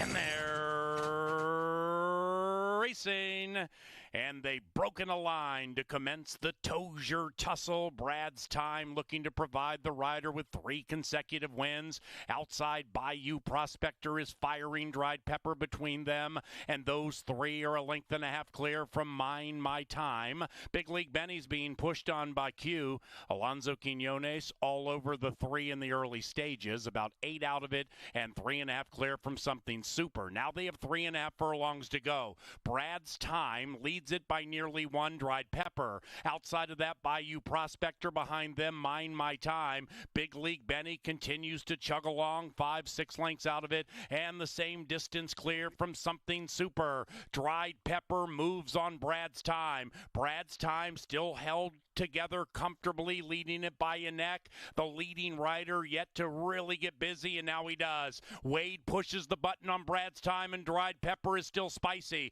Behind them is Mine My Time. It is Brad's Time now leading it by 2. Make it 3, make it 4, and Brad's Time is going to win it, spotless cap to boot.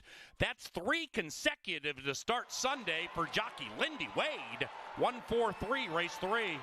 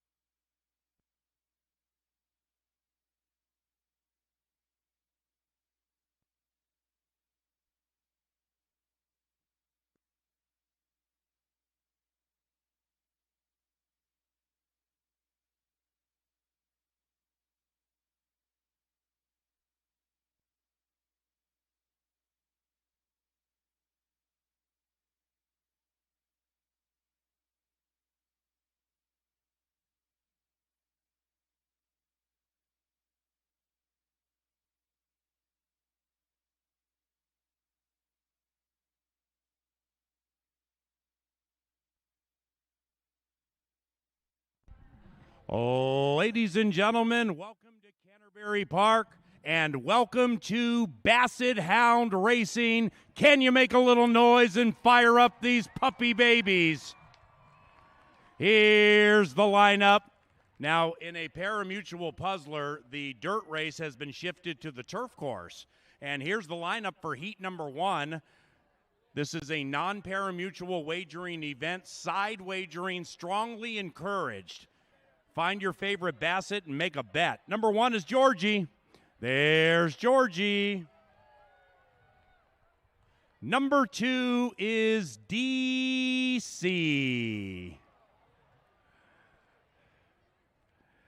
Number 3 in Heat 1, this is Nova. And Basset Hound number 4 is Rusty. There's Rusty.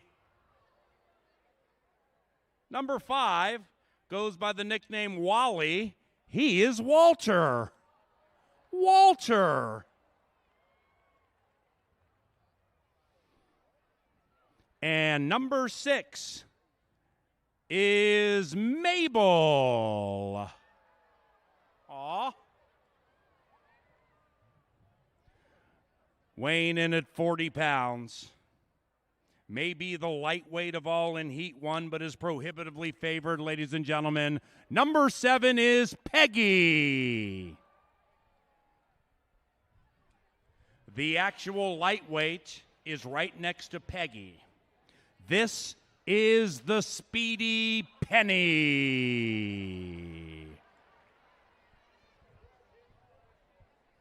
Beth and Greg Bloom have provided us with number 9, Bluebell Petunia.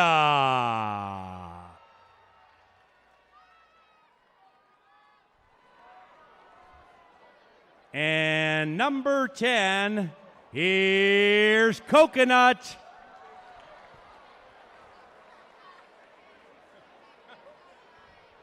Rounding out the lineup for heat number 1, this Bassett is very skilled. He is Winston. That's the lineup for heat number 1. Now the lineup for heat number 2 before the Bassets bounce. Heat number 2, number 1 is Fred. Here's Fred. Heat 2, number 2 is Otis.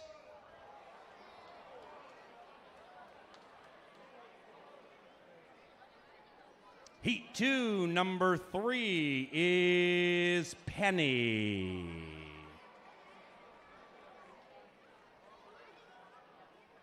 Number 4 in Heat 2, weighing in at a robust 45 pounds, here's Gertie. And number 5, this is Motoring Mabel.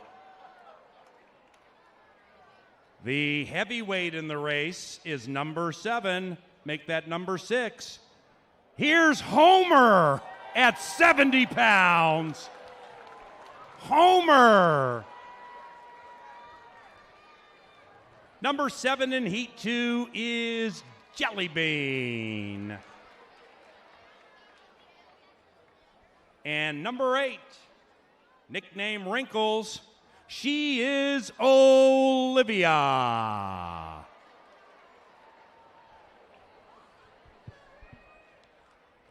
Number 9 in Heat 2 with a very distinguished name, this is Sebastian.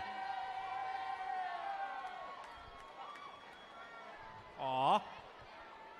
Number 10 looking to steal it in Heat 2, it is Bandit. And number 11, Heat 2, is Odin. Rounding out the lineup for heat number 2, number 12 is Rufus. Rufus. Those are the lineups for the first 2 heats. As the Bassets are about ready to bounce, get your side wagers in. Pick your favorite Bassett from Heat 1. Make a wager with a family member or a friend. as the co-owners head down to the finish line with the dog toys of their choice. And then we're going to let the Bassets fly. Bluebell Petunia absolutely raring to go. Wally looking for a place to go to sleep. DC definitely raring to go. That's the two.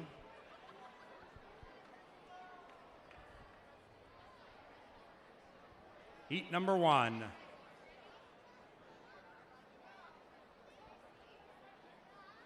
Go! Here come the Bassets bouncing and the ears are flopping. The jello's jiggling. The eggs are getting cool. And it is Georgie dominating so much.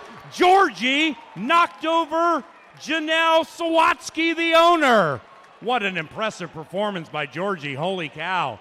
Straight and strong. Might be a track record for Basset Hounds on the turf. Winston was chugging along in second for a second, but Georgie's performance was so breathtaking we all stopped looking at second. Look at Georgie, just straight and strong, the bookenders. Holy cow.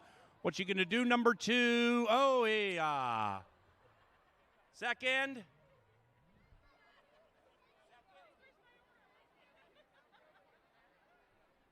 The top two head to Labor Day for the Basset Hound Best in Show. 11 Winston. Winston was the one to finish second behind Georgie.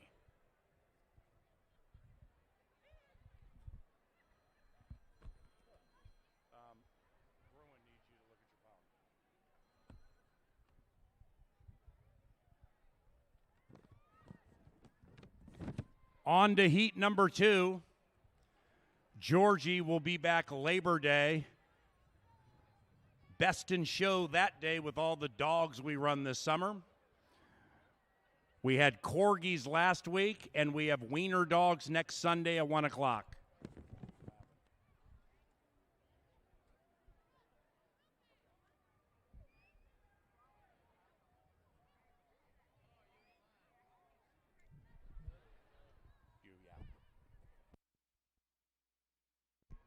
All righty, the owners are getting their spots at the finish line.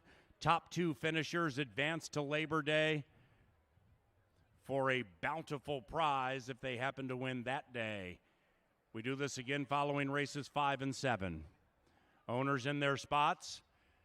Go! Here come the Basset Hounds, and on the outside, Rufus came out very nicely, and so did Gertie, but Rufus has been usurped, and Jelly Bean, so sweet, got it by a snout.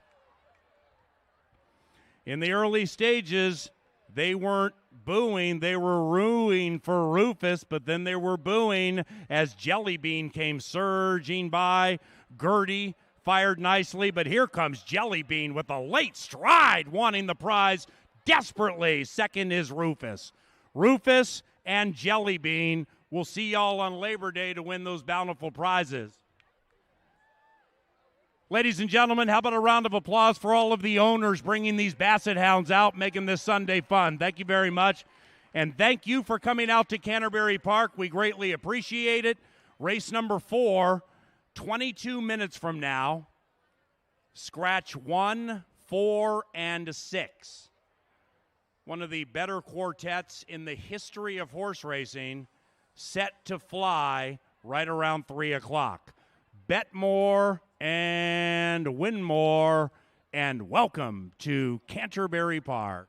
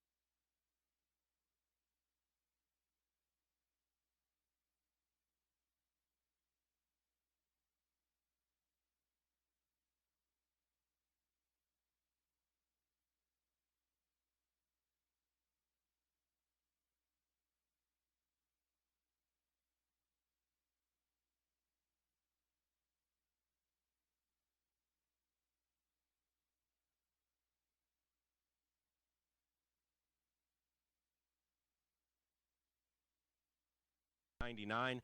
Derek Bell here with a point well made. The bell sounded loudly in Claiming Crown race number 1. It did. This is before he's become such a fixture at Canterbury, kind of his coming out party, and what a ride it was. Outside of Unruly Zeal, here comes Higher Desire. A point well made, Unruly Zeal and Higher Desire. It's 5 and 1 to the line together. A point well made, and Derek Bell, yes, they win the Iron Horse. A point well made pulls the upset at 12 to 1. And for Derek Bell, that was a very memorable moment. And it was also a memorable moment later in the day for Lafitte Pinkai Jr. He comes from off the pace to score on Apple Amato. He wins the Rapid Transit. And for Lafitte, that was a year he was becoming racing's all-time winningest jockey. What an honor for Canterbury to have a guy like Lafitte here to win from the 12 hole and to do it the way he did, charging down the stretch, beating a horse that's trying to win 8 in a row in Lafitte fashion, well-timed at the wire. Lafitte Pinkai Jr. and Apple Amato win it running away. Emperor Tiger's winning streak is snapped, and Will Try runs third. Now later in the day with the Claiming Crown Jewel, look at One Brick Shy sneak through on the inside. The weather went from beautiful to tumultuous. It was very blustery. The TVG camera crew and staff was scurrying throughout Canterbury as a summer squall brushed us, and One Brick Shy headed to the winner's circle victorious in the very first Claiming Crown Jewel. He was ridden by Eddie Martin Jr. too, and those are the kind of jockeys you see here at Canterbury. Eddie Martin Jr. is one of the underrated great jockeys in the country, and he's had a lot of success Claiming Crown Day.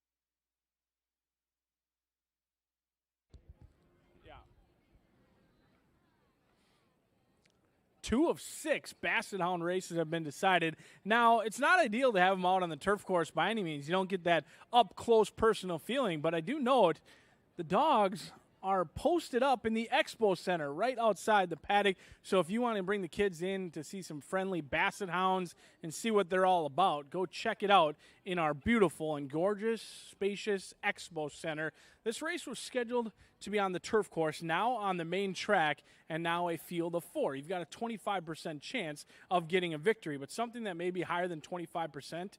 Right now, it's Lindy Wade. His win rate is a perfect 100%. The man not only has a hat trick, but a pure hat trick at that. We'll see if he has one more in him in here with Daigle. Lindy Wade gets the call for Tony Ringstorff, looking to get Wasabi Venture Stables home a winner. Currently the second choice right now. Daigle does have one victory, but has finished the race first twice. Got disqualified from one, came back to win again. However, all of the success has come on the turf course. We are on the main track today.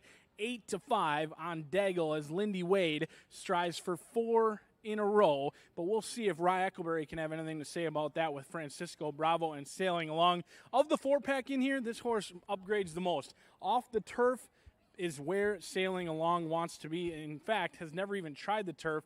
I do think the horse is bred to handle the green, but won't have to worry about it today. The dam was all turf, made over $100,000, but Sailing Along has one key thing. Gets away from Star of the North, which is key because that's a stablemate, plenty of talent. I like the way Sailing Along looks down here in the walking ring for the Hall of Fame trainer and Rye Eckleberry.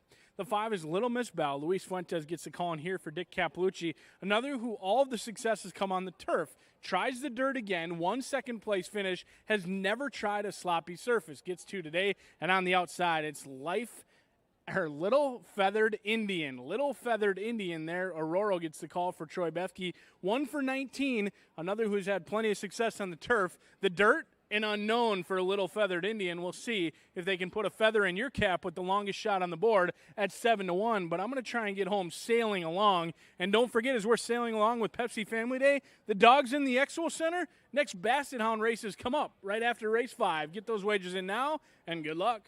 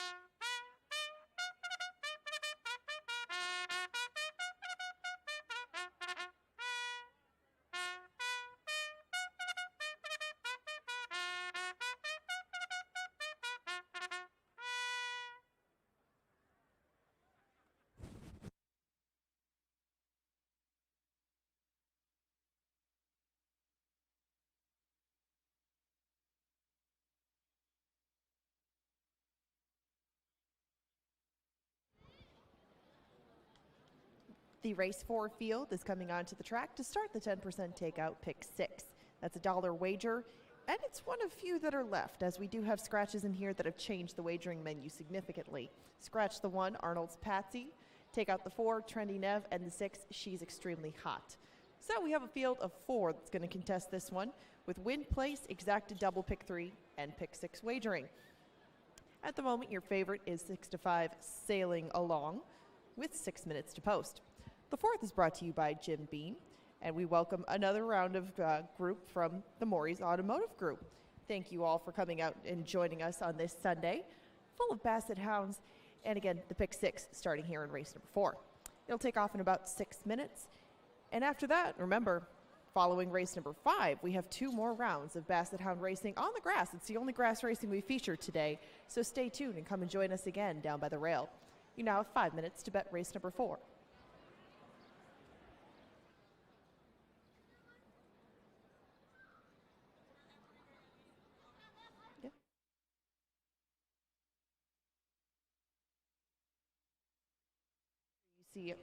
There you see on the screen right now, number 3, the only real pure dirt runner in here, that is Sailing Along. She should significantly benefit from this surface switch. They'll go a mile on the main track, and Sailing Along will have to try that for the first time, but she is very well tuned to our main track. 4 of her 5 lifetime starts have come over our dirt. In fact, she got her second lifetime win 2 starts ago, doing so by a head in a dead heat. That was a very game dead heat win for her. And Sailing Along did try slop last time, but you can also put an asterisk on that one. Star of the North is a very talented filly that took that field all the way, and Sailing Along just kind of lingered in the same position towards the back, might be a little bit closer to the pace today as she does stretch out, and thus she is the Budweiser Hammer Time at even money, now down to 4-5. That's brought to you by BA, 4-5 on Sailing Along, and you now have 4 minutes left. If you would like to pound that Hammer Time, you've got a little time left to do so. That's Sailing Along, the 3 in race number 4.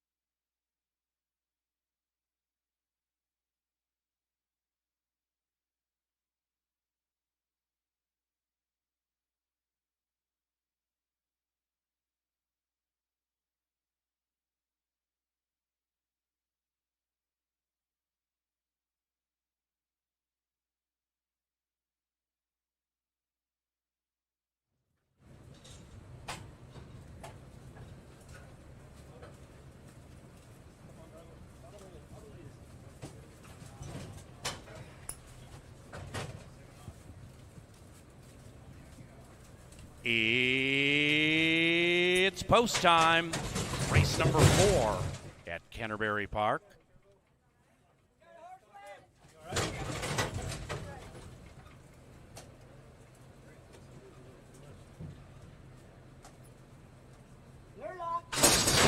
And they're racing. The quartet splashes out in kind.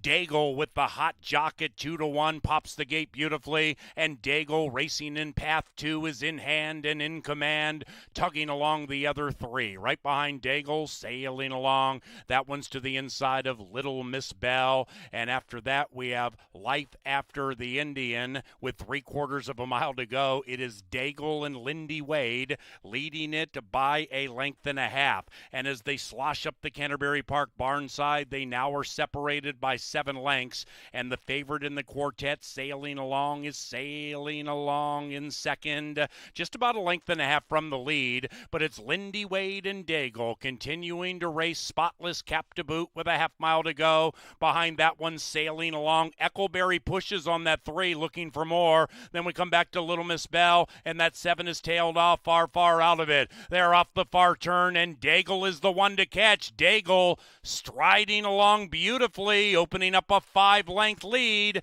and round about the quarter pole, it is Daigle leading it from sailing along, and then it's Little Miss Bell as they come splashing down the Canterbury Park stretch. Lindy Wade trying to win 4 consecutive races. Daigle just shifted ground, definitely is tired, sailing along, setting her sights on Daigle, but it may be too late as they come into the final 150. It is Daigle traveling beautifully like an automobile from Maury's, leading it by 7. It's 2-3 in race 4. Daigle prevails.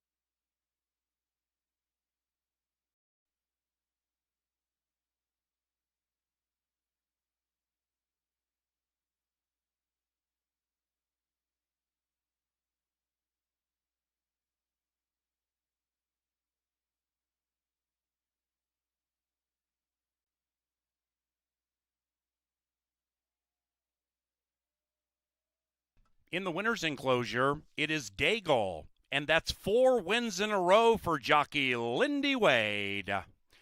Daigle is trained by Tony Rangsdorff, and the winning owners, Wasabi Ventures Stables. Payoffs, Daigle, 2-1, the second choice. And onward to race 5. Following race 5, another 2 Basset Hound races. In the 5th race, scratch numbers 3, Bentley's Dream, and 7 Modern Muse. Pick 5 wagering 20 minutes from now.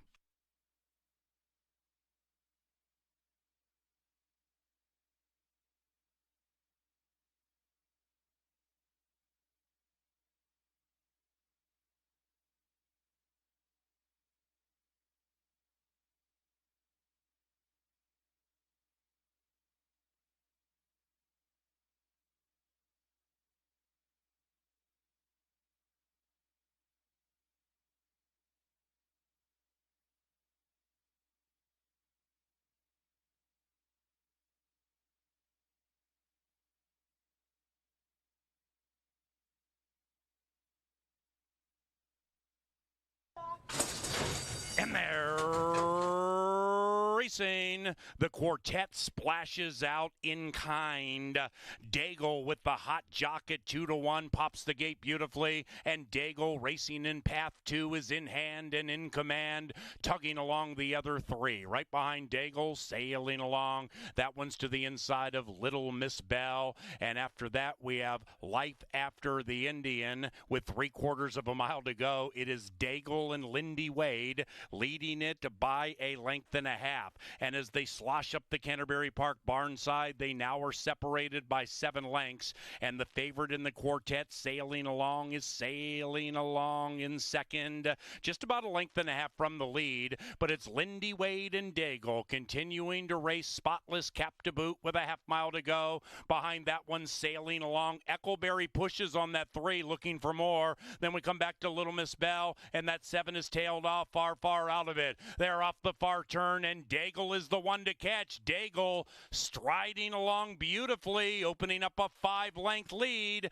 and round about the quarter pole, it is Daigle leading it from sailing along, and then it's Little Miss Bell as they come splashing down the Canterbury Park stretch. Lindy Wade trying to win 4 consecutive races. Daigle just shifted ground, definitely is tired, sailing along, setting her sights on Daigle, but it may be too late as they come into the final 150. It is Daigle traveling beautifully like an automobile from Maury's, leading it by 7. It's 2-3 in race 4. Daigle prevails.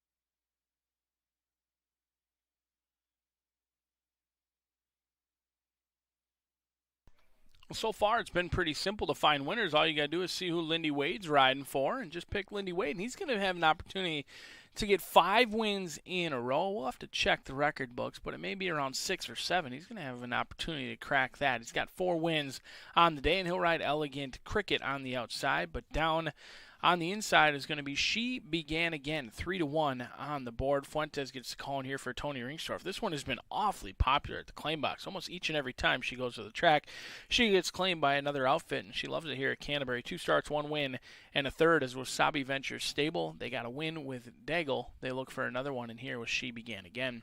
The 2 is Summer Lovin', 6-1, gets the Hall of Fame rider Dean Butler in the saddle for Bruce Rican, 3 for 28. Does have a win this year, but however, after that win, hasn't shown much sense. They do go back to the class level where they were victorious. Should appreciate class relief today for Summer Lovin', 7-1 on the board. The 4 is M&M Girl for Sanderson Stables. They got a big win here on Thursday, and they look good doing it that day. We'll see if Valenzuela can get Sanderson Stables home a winner. And here's they own and train M&M Girl, who is light in the win category, 3 for 26, but does like to pick up paychecks, 9-1 on the board. The 5 is In to Win, Rye Eckerberry and Larry Donlin. This one didn't have an excuse last time out. I just didn't think the horse fired. Showed a little bit of speed, backed out of it, beaten by 2 lengths. Didn't come up to be the strongest race. We'll see if In to Win can bounce back, 14-1 on the board. The 6 is Fable's Love Affair. Now, there is plenty of pace to chase. It's oftentimes difficult to come from out of it in the mud, which we've seen through the first 4 races. But if they do close into it, I bet Carlo Lopez and Fable's Love Affair will be rolling late. So if they go fast, this is the one to put on top, 11-1, as Carlo Lopez prepares for plenty of mud in his face on Fable's Love Affair. The 8 is Lasting Light. Here's where my money's going to land. It's a value play in here, 6-1 on the board. Turf to Dirt. They went off at 2-5 last time. It got the job done, and an easy winner. I'm very surprised at 6-1 on Lasting Light. We'll see if it sticks around, but all the money's gone on Lindy Wade. And why not? If you're new here to Canterbury, even if you're experienced, Lindy Wade, he's got 4 wins in a row. He looks for 5 in a row. The trainer, Robertino Diodoro, he just won the last race out in New York at Saratoga, one of the premier meets. The man's winning across the country. Lindy Wade hasn't lost a race. We'll see if the undefeated Sunday can continue for our leading rider, Lindy Wade. This is going to try and guide Elegant Cricket home a winner, but I'm going to take Lasting Light on top at 6-1 as we kick off today's Pick 5.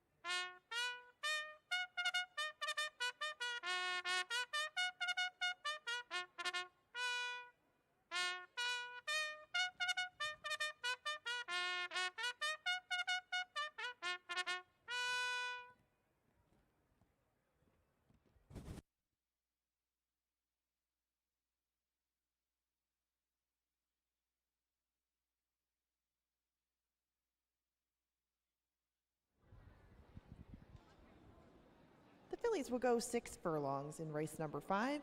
This is the kickoff leg of our 50 cent, 10% takeout, pick 5. 2 scratches out of here. Take out the 3 Bentley's Dream and take out the 7 Modern Muse. Your even money favorite resides on the outside, looking to give Lindy Wade a 5th win on the card. That's Elegant Cricket. The 5th offers win, place, show, exactas, tries, supers, doubles, and pick 3s in addition to that pick 5 wager. And it's also sponsored by Pepsi. We welcome another group from the Maury's Automotive Group into the winner's circle. And of course, everybody come down here, not only watch the race, but get ready for a couple of more heats of Basset Hound racing coming up after race number 5, the only turf racing we have. The pick 5 starts in 7 minutes, and Brian Aragoni, local pick 5 professional, put together a ticket for you. He's going to take you through his thoughts, the sequence. The last 5 races of our card are not easy, and the surface switch doesn't make things any better. We'll see what he thinks and see if he can give you a winner. You have 7 minutes to bet the pick 5 if you would like to do so. Good luck.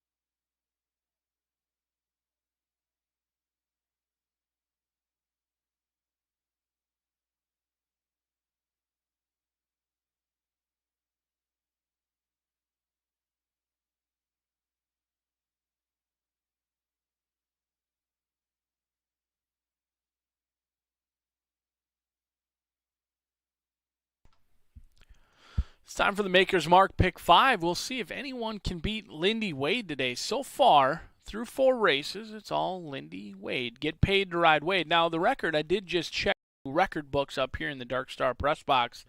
6 wins by Mr. Derek Bell here at Canterbury Park, and Lindy Wade has an opportunity to get 5 right here with still 5 races to go as he rides the even money favorite. I do think this one deserves a look, especially the way Wade is riding, but this race is a little bit more wide open than just keying in on the hot jock. Lasting Light went off at 2-5 last time against a field very similar to this and just completely dominated. Has never tried a wet track, though. That's the only question mark, but is 3 for 8 on a fast main surface. Lasting Light could upset the win streak for Lindy Wade. 4, 6, 8, 9. If they do go fast, Fable's Love Affair is a horse you're going to want to have because that horse can absolutely run them down late. 4, 6, 8, and 9 to kick off that first leg of the Pick 5. Race number 6, this one was scheduled to be on the turf. Now on the main track, we're going to try Shabam and Let's Skedaddle. It was a big field. Now only a field of 4 will remain, but Shabam can certainly win races on the dirt. Lightly raced on the dirt, 3 starts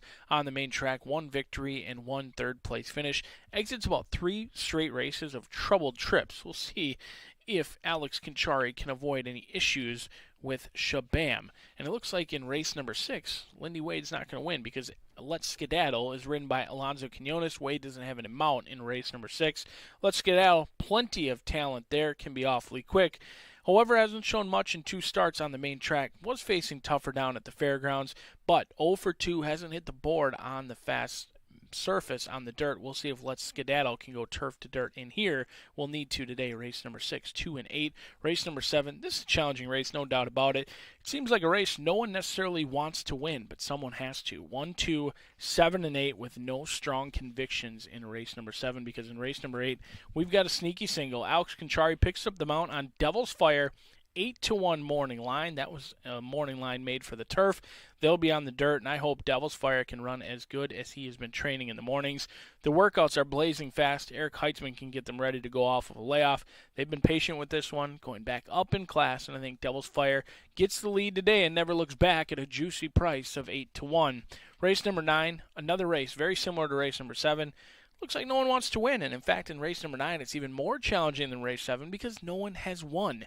These are career maidens all looking for their first victory, and you look up and down the paper, many of them have had numerous opportunities. Haven's Joy, start number 14, Unbridled Shoes, start number 18 today, and you wonder why I drink. Start number 18 here, something many parents are thinking. You wonder why I drink on Pepsi Family Day out here at the park. After a full day of chasing the kiddos, it may be the ultimate hunch play, but it's 1, 2, 5, and 8 for me. We've got a sneaky single at 8-1.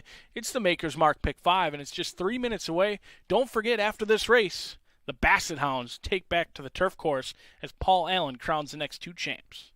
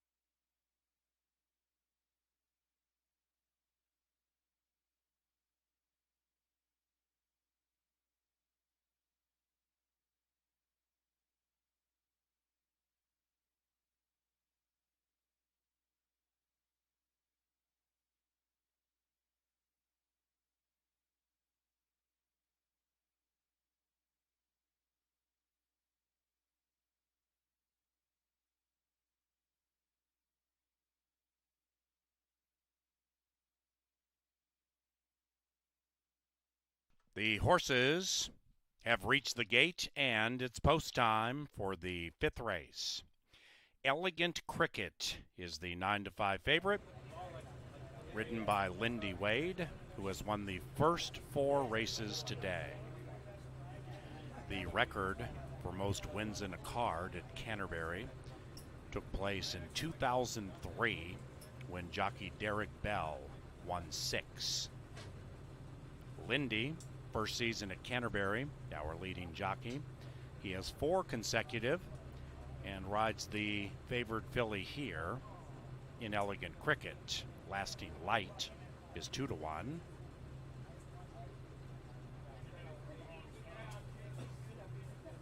And they're moving in line. She began again.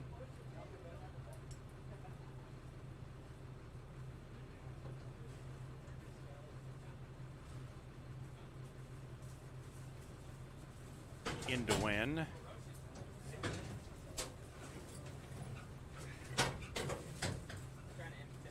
Fable's Love Affair.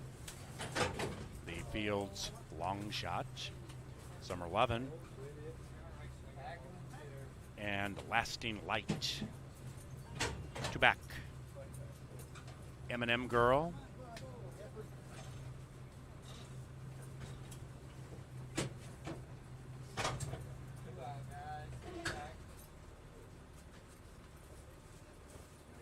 And Elegant Cricket, 3-2.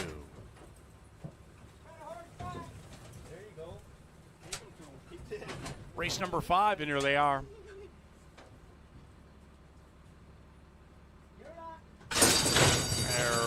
Racing. Elegant Cricket came out spectacularly. So did Lasting Light. And inside of them is In to Win. But 8 and 9, the 2 most well-fancied in the win pools, they go 1-2 with Lasting Light leading it by a head. Now it's 5-6 back to In to Win. Then it's M&M Girl. Fable's Love Affair, about 10 out of it being roused by the rider. And the one back in last, actually 2 back there, Summer 11, and She Began Again.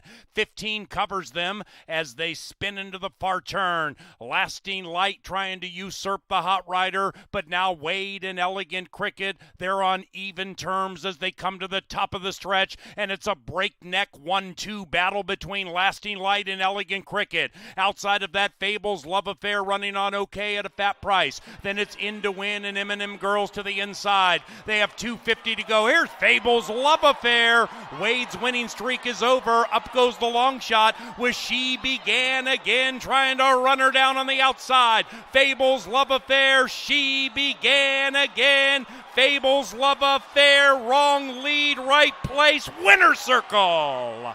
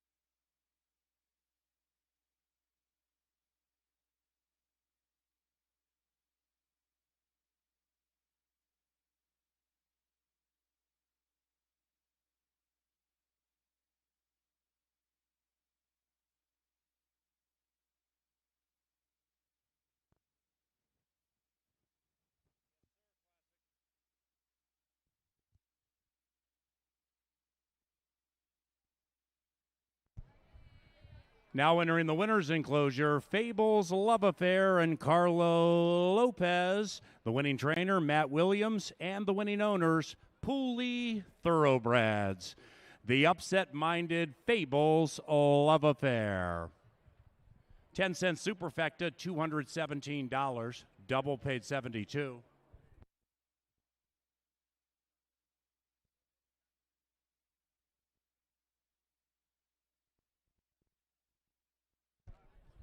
Basset Hound racing on the turf course coming up very shortly.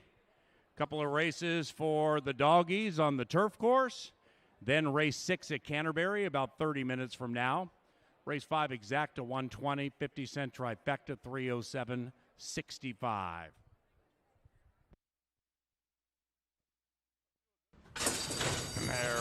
Racing Elegant Cricket came out spectacularly. So did Lasting Light. And inside of them is In to Win. But 8 and 9, the two most well-fancied in the win pools, they go 1-2 with Lasting Light leading it by a head. Now it's 5-6 back to In to Win. Then it's M&M Girl. Fable's Love Affair, about 10 out of it being roused by the rider. And the one back in last, actually 2 back there, Summer Lovin', and She Began Again. 15 covers them as they spin into the far turn. Lasting Light trying to usurp the hot rider, but now Wade and Elegant Cricket, they're on even terms as they come to the top of the stretch, and it's a breakneck 1-2 battle between Lasting Light and Elegant Cricket. Outside of that, Fable's Love Affair running on okay at a fat price. Then it's In to Win and M&M Girls to the inside. They have 250 to go. Here's Fable's Love Affair.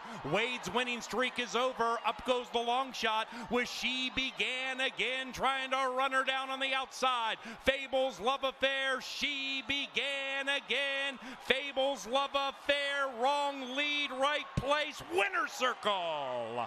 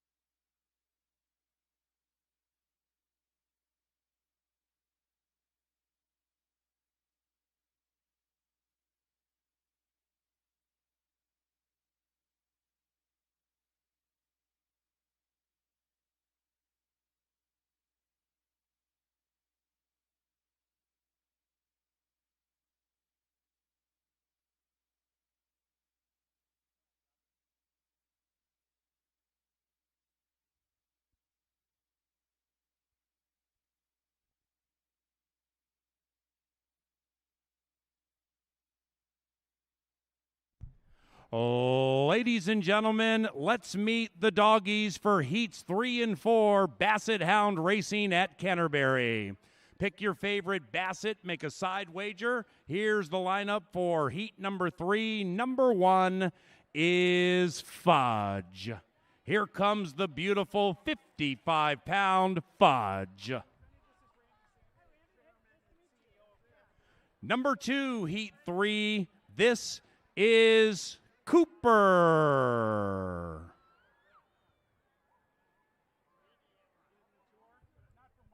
Number 3 is Poppy. Poppy. Number 4 in heat 3 is Rocket Roo.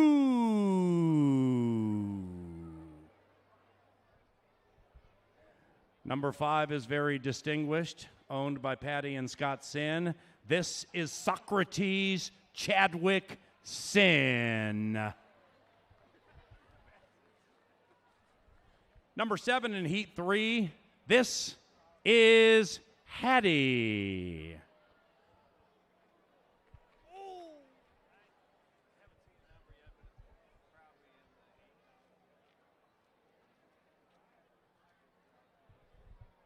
Number 8 in Heat 3 is Shelby.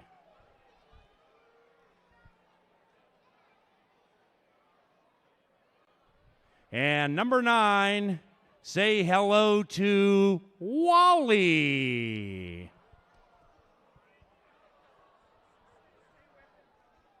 The owner of number 10, Janelle Sawatsky, had Georgie, the winner of the first heat, and also has number 10, Archie. That's the lineup for Heat 3.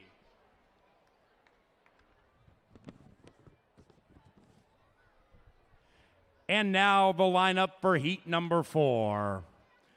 Number 1 is Billie Jean.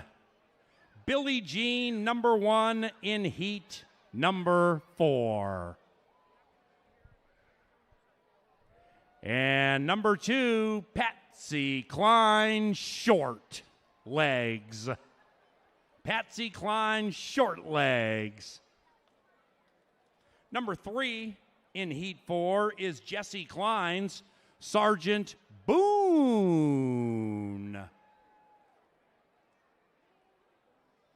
And number 4 in Heat 4 is Jen Jensen's Lily.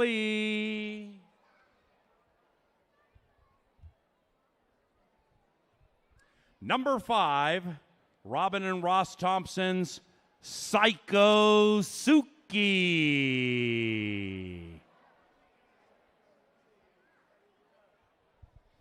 Number 6 in Heat 4, this is Kenny. Here's Kenny. Number 7, checking in at 50 pounds, this is Daisy.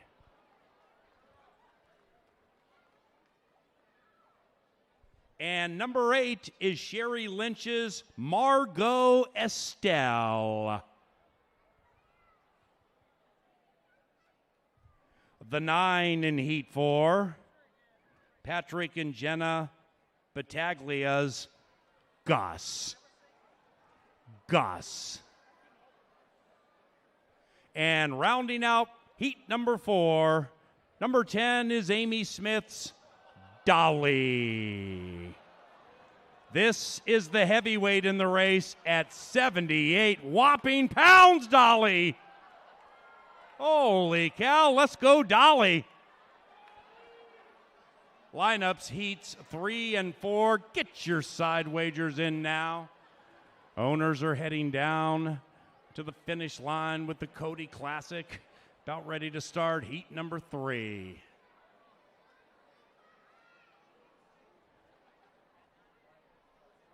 Puppies are about set. A last look at the field as Hattie gets squared away. Number 3, Poppy, laying on the turf, scratching her back. Yeah, Poppy's ready now.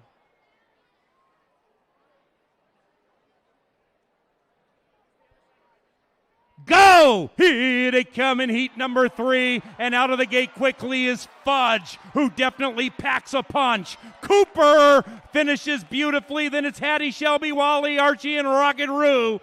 But let's give a round of applause for the beautiful Fudge, number 1, who just won spectacularly. The exacta was 1-2, Fudge and Cooper. The feisty Fudge will be back on Labor Day for the best in show.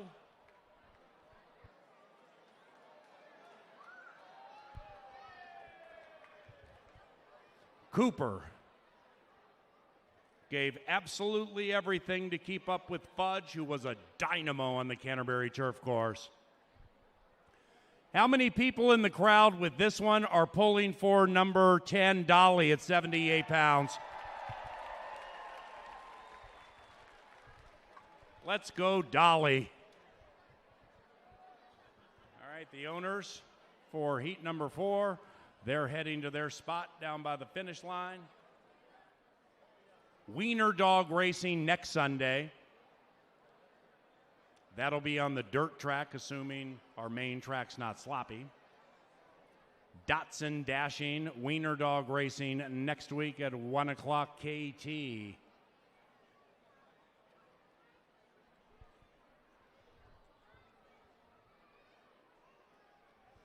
I think Dolly's taking a nap. Somebody wake up Dolly, please.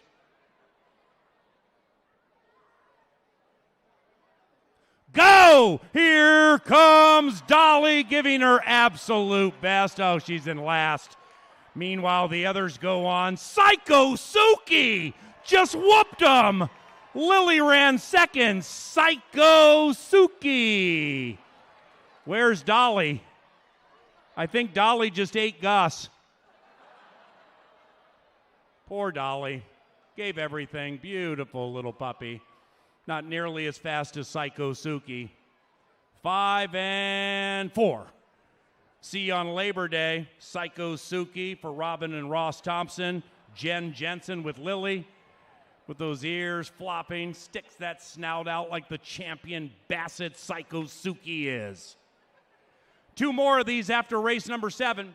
A lot of money to be made on these Canterbury horse races. Don't get shut out.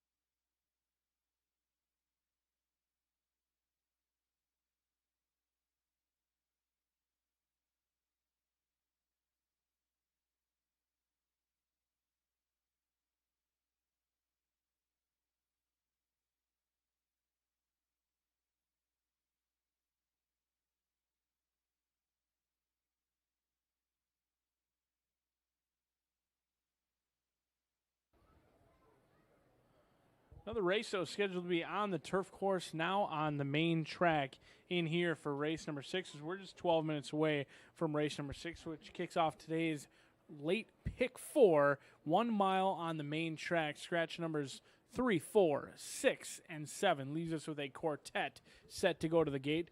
Rail runner is Lady Phyllis. Luis Valenzuela gets the call in here for Country Bro Stables. This 6-year-old mare by Gone Astray has never tried a sloppy surface. She's had 25 career starts, none of them on a wet track. She'll get the opportunity today. Her most recent form, all been on turf or synthetic. We'll see how she handles the Money Maiden today at 3-1 on Lady Phyllis. The 2 is Shabam. Here's where my money's going to land. Shabam is another horse who hasn't been on the dirt in some time. In fact, you'd have to go back to June 29th of 2020 to see the last time that Shabam raced on the main track. And it was a good race. Third place, beaten by only 2 lengths under the guidance of Arietta against a group very similar to this. But Shabam exits 4 races on the turf with disastrous trips. No racing luck at all for Shabam. We'll see if they can get a clean trip in here as John Mentz looking for another winner with Alex Conchari, 2-1 on your clear second choice. And your third choice is going to be Rental Pool, Rye Eckleberry and Larry Sterling. Rental Pool showed absolutely nothing last time out. There's no doubt about it. The race was scheduled to be a stakes race on the turf. It was scratched off the turf, very similar to today. Beaten by 23 lengths that day, never got the lead, and never looked like a winner. We'll see if Rental Pool can do something this 4-year-old filly has never done. That is win on the main track. She's had 6 opportunities. She has been close in the past. However, she's never gotten the job done. We'll see if she can do so today.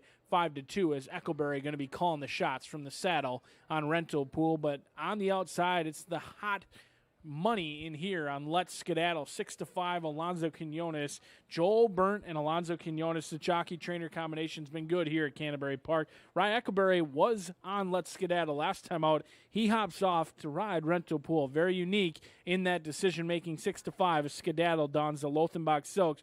Won last time out, but it was on the turf. 2 starts for Let's Skedaddle on a fast main track. Has not hit the board. We'll see if this one can do something she's never done. It's a race filled with only 4, but many of them, all of their successes come on the turf. We'll see who can navigate the sloppy main as we're 10 minutes away from race number 6. Miss Angela Herman gives you the pick 4 coming at you next.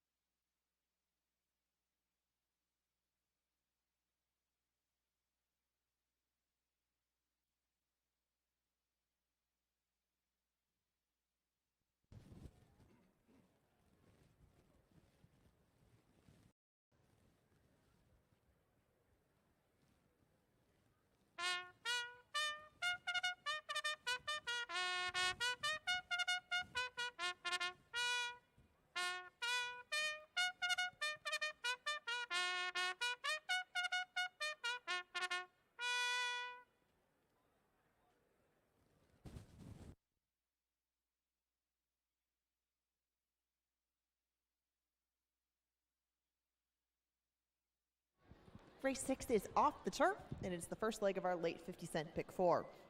We've got some scratches as a result of that surface change.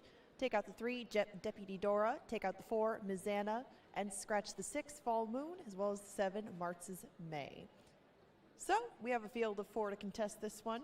Take out show wagering, no tries, no supers, but you can still do win place, exacta doubles, pick 3s, and 50-cent pick 4s. This optional claimer right now appears to have a 7-5 favorite on the outside. She just went by us. That's Let's Skedaddle. These 4 will make their way to the gate in about 7 minutes. We'll talk pick 4 in just a moment. And then remember, we got another heat of Basset Hounds coming after race 7. Still 4 more races to come. We'll chat about them in a second.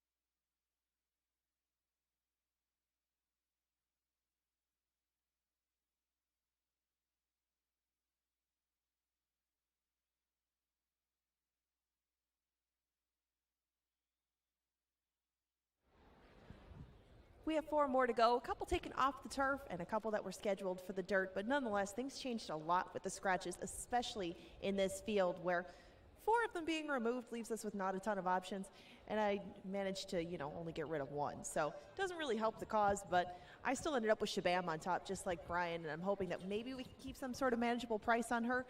This is a big girl, and I hope that she can keep herself a little bit close to the pace than she has in her last few, because that's been a little bit of a problem. She's managed to make up ground, but she gives herself a lot to do, and in a 4-horse field, that's not going to cut the mustard. So I'm hoping that this filly can keep herself close.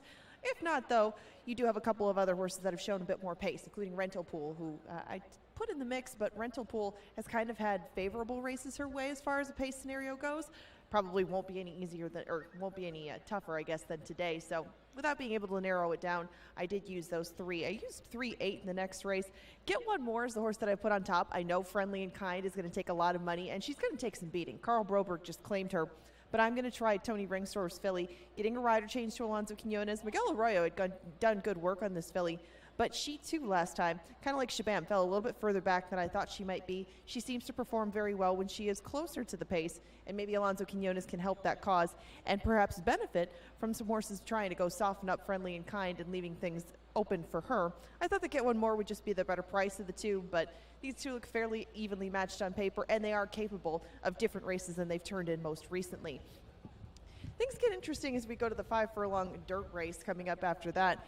And in race number 8, I opted for a filly on top. She's going to take on the boys. Her name is Karolinka, and her best race of her life came, or her dam's best race of her life, that is, came when she broke her maiden in the slot. This filly does have a pedigree to do a lot of different things, but they're going to put her on the main track for the first time. This is also her first race since January, so some mixed signals for this one. Maybe she'll need the race, but I thought that she would really like this surface, and I think that she'll be let go a little bit on the board. I think a lot of money will go towards the inside two, who have shown a little bit more speed, and Fallen Empire does have that main track form.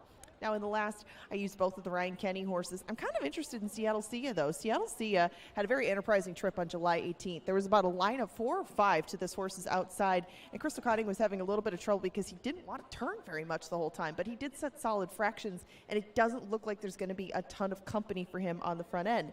This one also came over with stablemate Compellus from California. Both of them spent their winter/spring over at Golden Gate with Jeff Bondi, but this one managed to make a start against maiden special weight since that time. Compellus has not. He was over at Golden Gate for the remainder into the summer of the spring, and Compellus hasn't been on the track more than just a couple of 3A spins since June 11th. Kind of made me curious, and I had to use them both, but I think that both of them could end up on the front end and controlling things, so used them both and hope that maybe the better price of the two can come home in front. It's an $18 ticket. I think that's plenty in this sequence. You don't have a lot to choose from. You don't have a lot of time to play it either. You got about 3 minutes until these horses take off for race number 6. Remember, not a ton of options, but this late pick 4 is one of them. Good luck if you're going to start one off. Your 7-5 favorite remains Let's Skedaddle.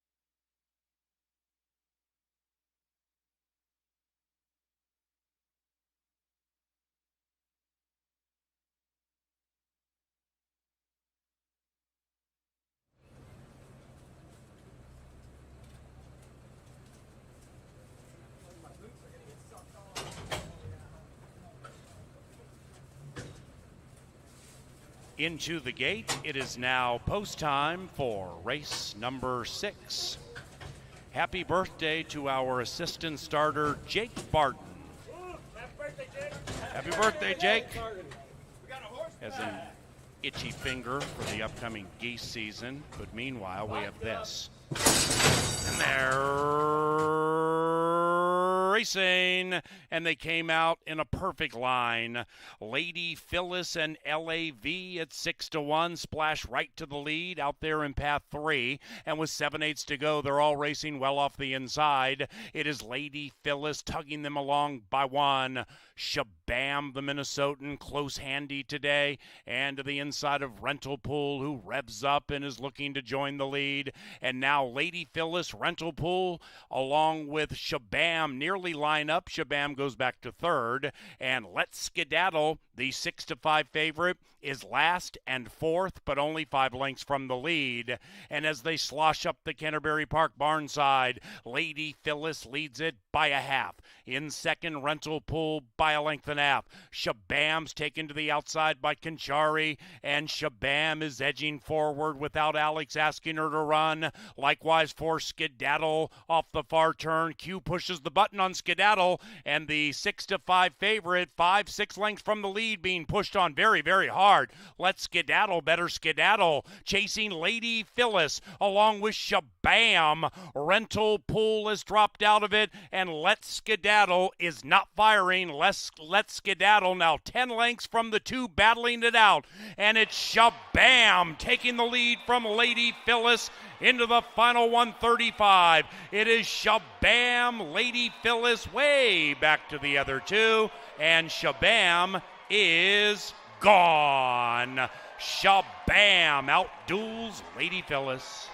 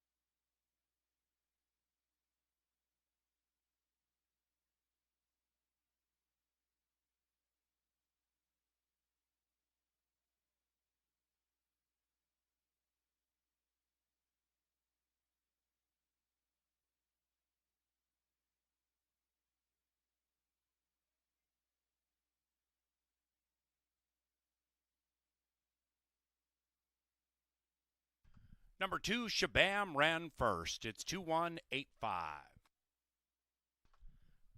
Shabam, first home, first back.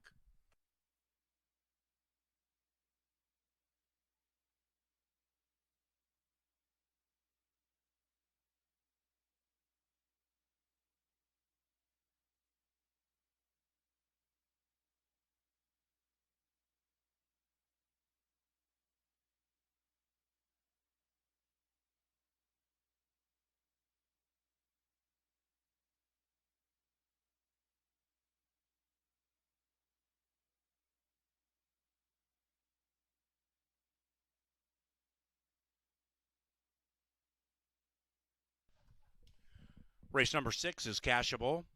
Exacta paid nearly $20.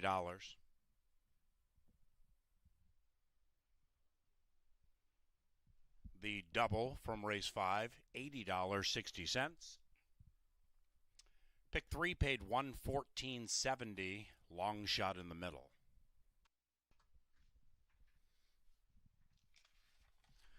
Race number 7 is 22 minutes from now. No scratches.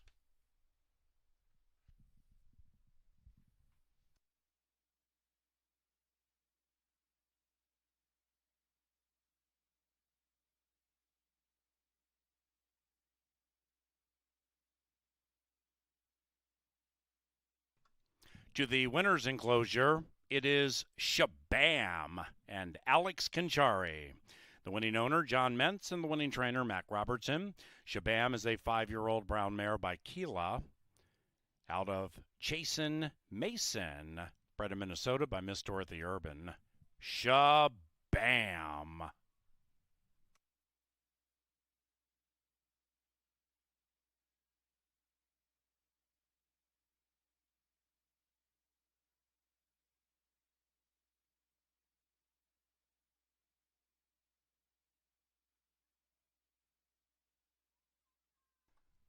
Don't forget, more dog racing follows the 7th, about 25 minutes from now.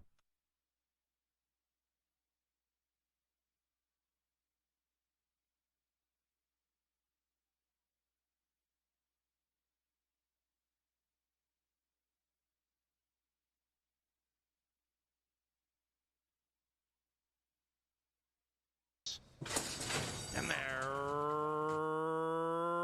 racing, and they came out in a perfect line. Lady Phyllis and LAV at 6-1, splash right to the lead out there in path 3, and with 7/8 to go, they're all racing well off the inside. It is Lady Phyllis tugging them along by 1.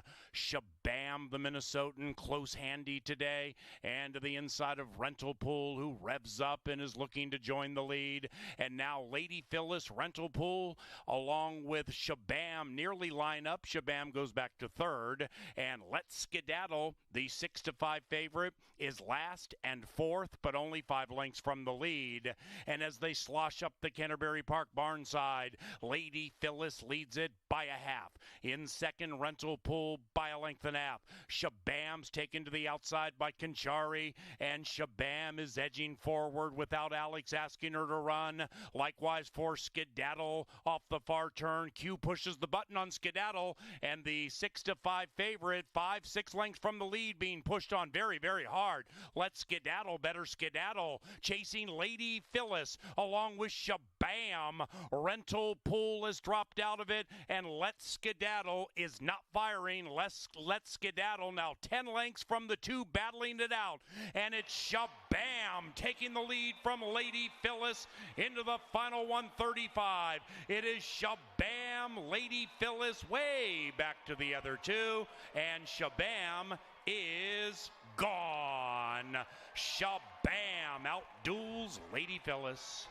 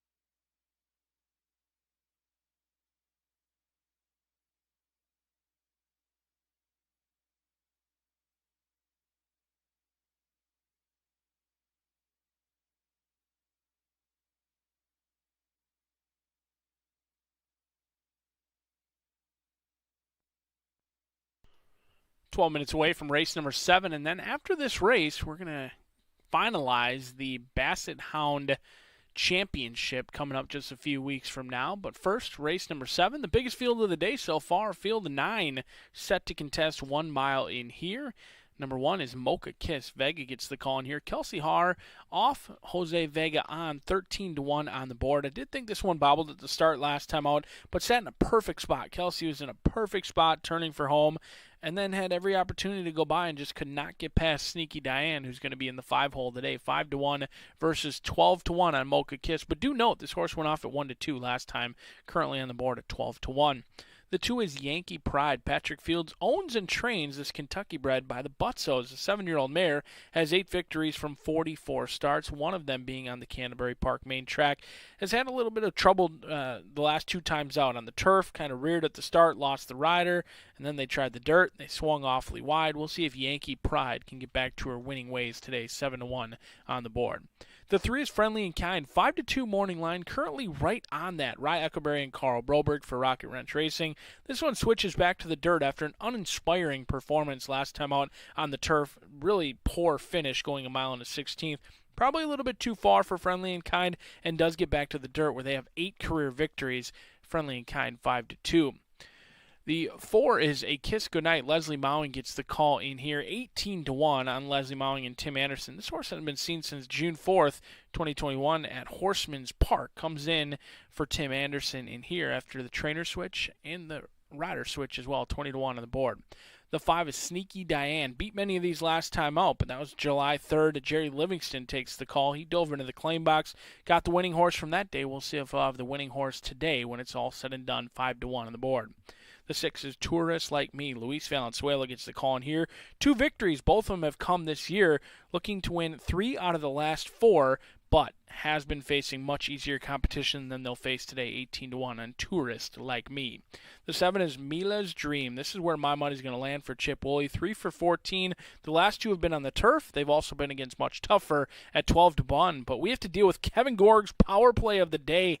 Get one more. That's what Wasabi Ventures is trying to do. Get one more winner's circle photo at 8-5. Alonzo Quinones going to ride for Tony Ringstorff in here. We'll see if Wasabi and KG can get one more at 8-5, but the 9 may have something to say about it. It's GP's Amazing Grace. Seems fitting on a Pepsi family day out here at the park on a Sunday with Betty Jo Williams calling the shots at 17-1. We'll see if KG can get one more at 8-5 as we're 9 minutes away from race number 7, and then the Puppy Dogs will join us back on the turf.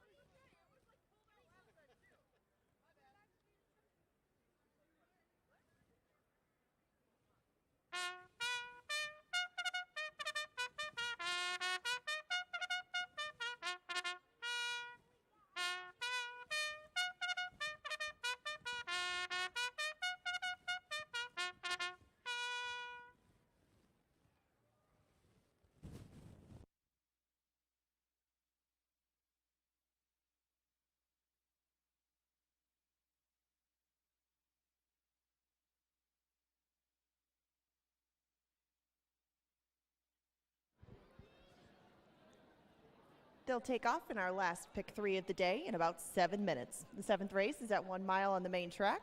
And in addition to pick 3s, you can do doubles, exactas, tries, 10-cent supers, and win place and show wagers. We have no changes in this one. No changes in race number 7. $4,000 claimers in the 7th race, which is sponsored by the Minnesota State Lottery.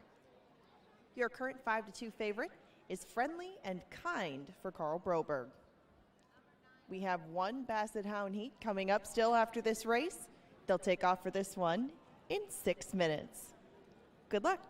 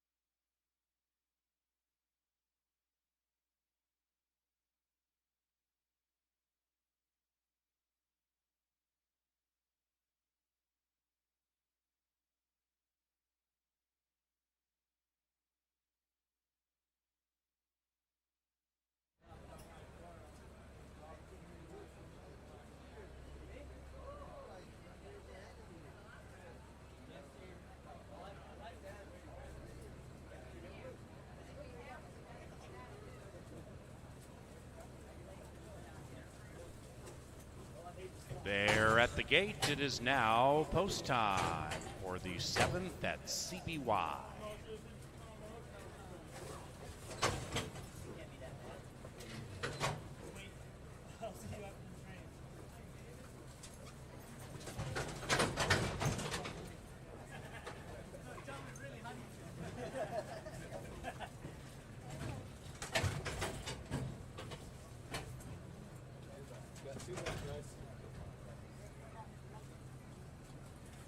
Two back.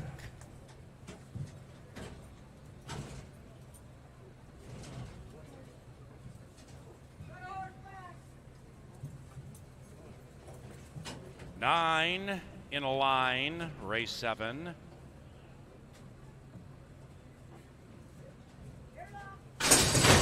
There. Racing.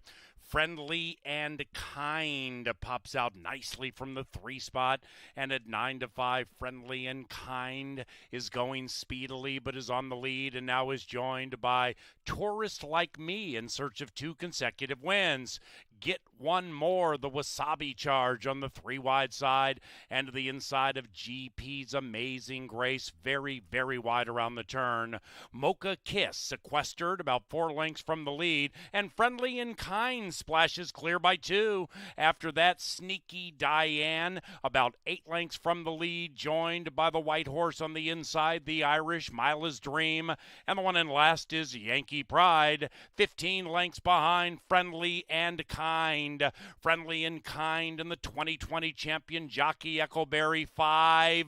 GP's Amazing Grace is next, then it's Mocha Kiss. After that, Mila's Dream running on a tad to the inside. White for now, given the mud. Sneaky Diane, 12 out of it. And it's Friendly and Kind still with a massive lead. Friendly and Kind now leads by 8 lengths from Mocha Kiss, who's not doing anything. Then it's Mila's Dream to the inside, and outside of that is GP's Amazing Grace. Between them, Sneaky Diane. They're into the final 175, and Friendly and Kind put their backs against the wall, and she is gone. Friendly and Kind, slippery when wet. 3-7-1.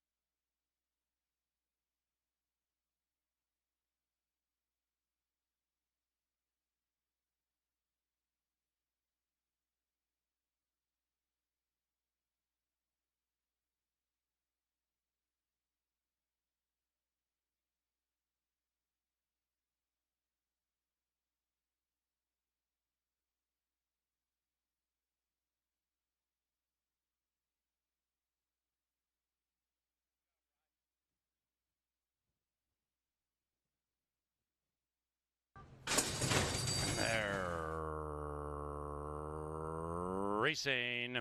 Friendly and Kind pops out nicely from the 3 spot, and at 9-5, Friendly and Kind is going speedily but is on the lead and now is joined by Tourist Like Me in search of 2 consecutive wins. Get One More, the Wasabi Charge on the 3 wide side, and the inside of GP's Amazing Grace, very, very wide around the turn.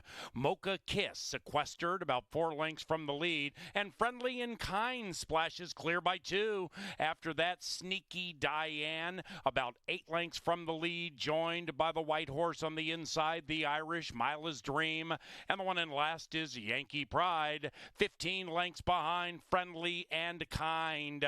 Friendly and Kind and the 2020 champion jockey Echoberry 5. GP's Amazing Grace is next, then it's Mocha Kiss. After that, Mila's Dream running on a tad to the inside. White for now, given the mud. Sneaky Diane, 12 out of it. And it's Friendly and Kind still with a massive lead. Friendly and Kind now leads by 8 lengths from Mocha Kiss, who's not doing anything. Then it's Mila's Dream to the inside. And outside of that is GP's Amazing Grace. Between them, Sneaky Diane. They're into the final 175. And Friendly and Kind put their backs against the wall. And she is gone. Friendly and Kind, slippery when wet. 3-7-1.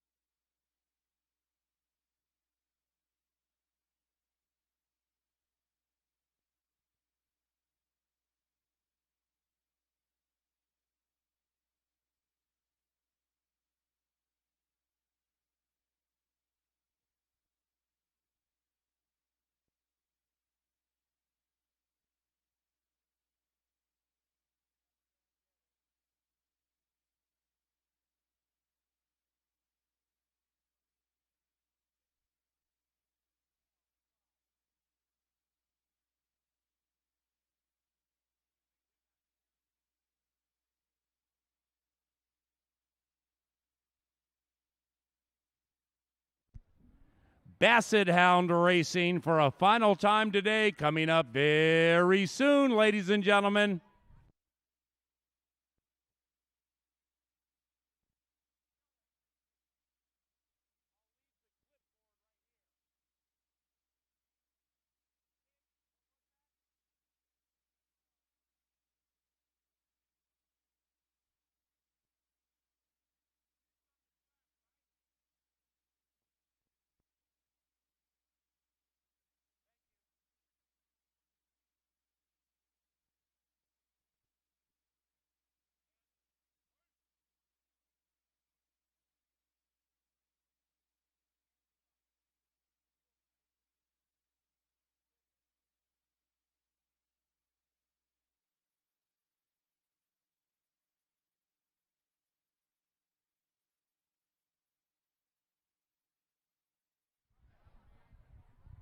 Ladies and gentlemen, let's meet the Hound Dogs for the final Basset Racing Heat today. It's heat number 5. The bookenders have scratched. Once again, the top 2 advance to Bark in the Park Labor Day. And number 2 in heat 5 is Butter. Joe and Rachel Matthews have number 3, Hamilton. Tracy Lawman has number 4, Lucy.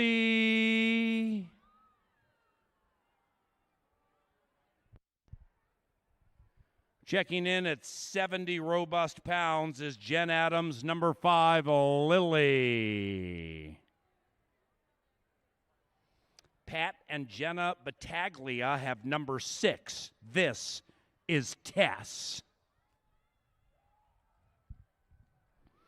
And Jolene Jansen, we thank you for providing number 7. 7 is named Sawyer.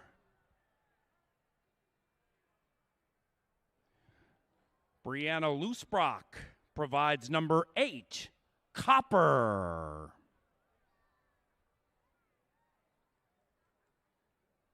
And number 9 is John McLaughlin's Opie. That's the lineup for the final Basset Hound race today. Once again, top 2 return Labor Day, where we race Corgis and Dachshunds and Basset Hounds for dog racing immortality. Labor Day, if you're not leaving town, join us that Monday, 1 o'clock start. A last look at your favorite Basset. If you want to get with a friend or a family member, make a little side wager. Scoop some money for Dr. Dan's late double, which begins in 25 minutes. The owners are heading down to the finish line.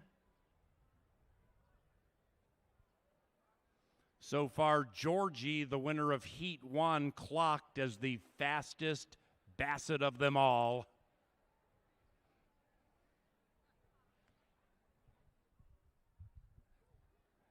Opie raring to go. Butter laying on the turf. Go! Here they come in a high 5, Heat 5. Oh, Butter was laying on the turf, but you talk about Butter being smooth. Holy cow. Butter annihilated them. Second, oh! Lucy had second, but was usurped by Opie right at the end.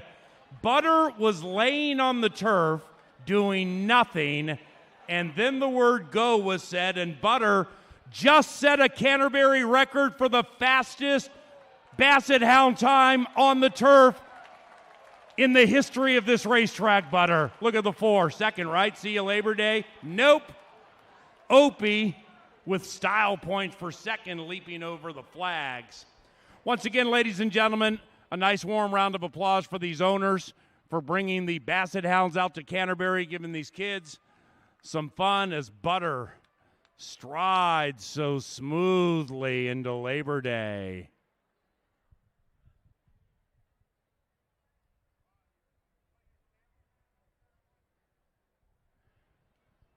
And here's number 4, Lucy, for second, right? Right? Where are you, Lucy? Come on, Lucy. Oh, no. And the leap by Opie. What a talented hound. 25 minutes to race 8. Good luck.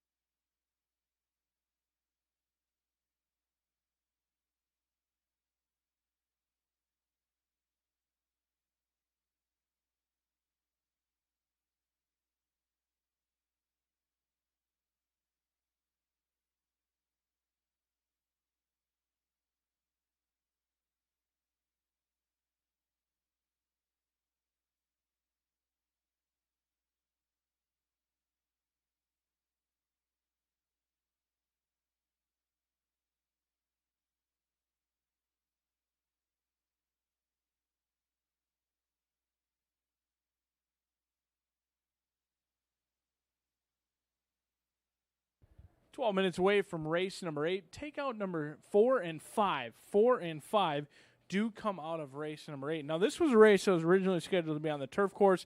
Now will be 5 furlongs on the main track. Your rail runner is going to be Country Brave. This is an Oklahoma bred who is set to make the first start today. Does get Lasix. The dam made over $175,000 on the racetrack. However, Texas Country Doll has not been all that productive so far as a mother and a brood mare, but could be a prep for Oklahoma bred races down at Remington. We'll see if Country Brave is ready to go at first, asking at 13-1. But who looks ready to go? It's Devil's Fire. 8-1 morning line.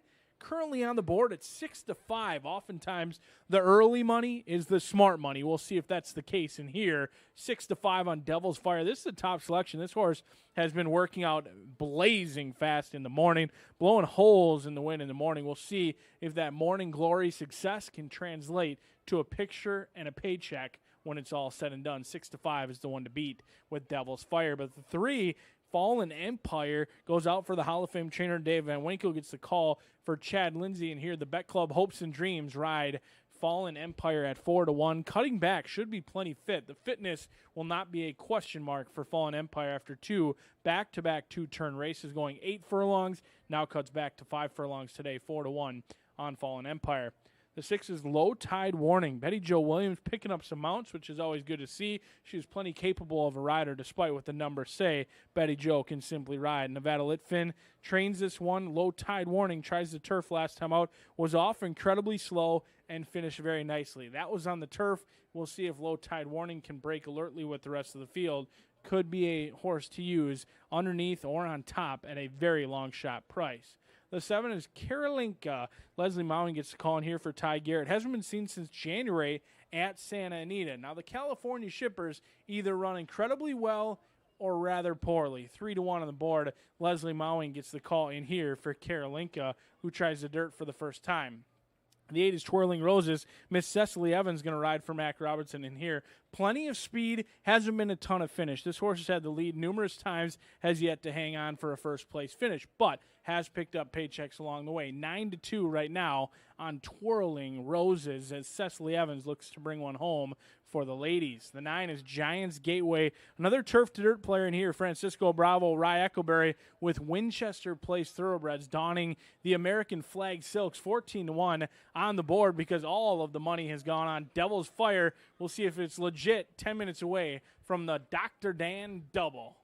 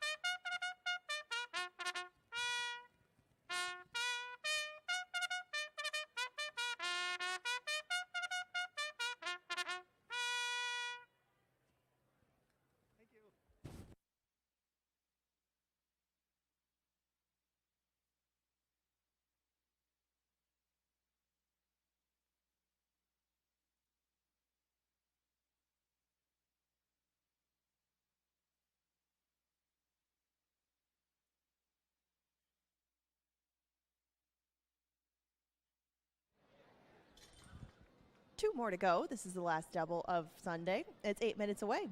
Race number 8 is off the turf, but the distance is still 5 furlongs on the main track. Scratch the 4, Squared Straight, and scratch the 5, Future Perfect. So we have 7 going to post, and make the rider on number 2, Devil's Fire, Alex Conchari. This maiden special weight offers win, place, show, exactas tries, and 10-cent supers, in addition to that $1 late double. It's now 7 minutes away, and your 6 to 5 favorite is Devil's Fire, the one that Alex Conchari picked up in this spot. The 8th is sponsored by Apple Autos, and we welcome another round of Maury's Automotive Group patrons. Thank you so much for spending your Sunday with us. And thank all of you for sticking around. Hope you enjoyed the Basset Hound races. Still 2 more thoroughbred races to go, and they are 2 of the more interesting ones on the card. The 8th is 7 minutes away. Good luck.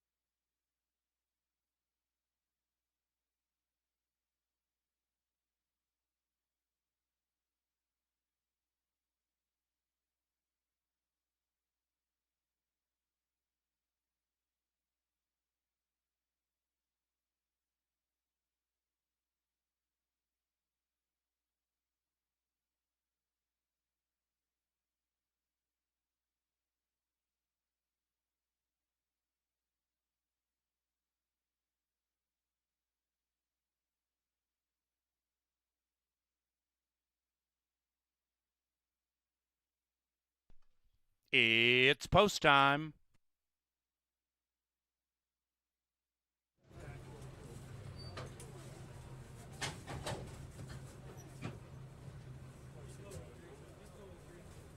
Devil's Fire, 2-1. Twirling Roses, 2.5 to 1. Giants Gateway, last in.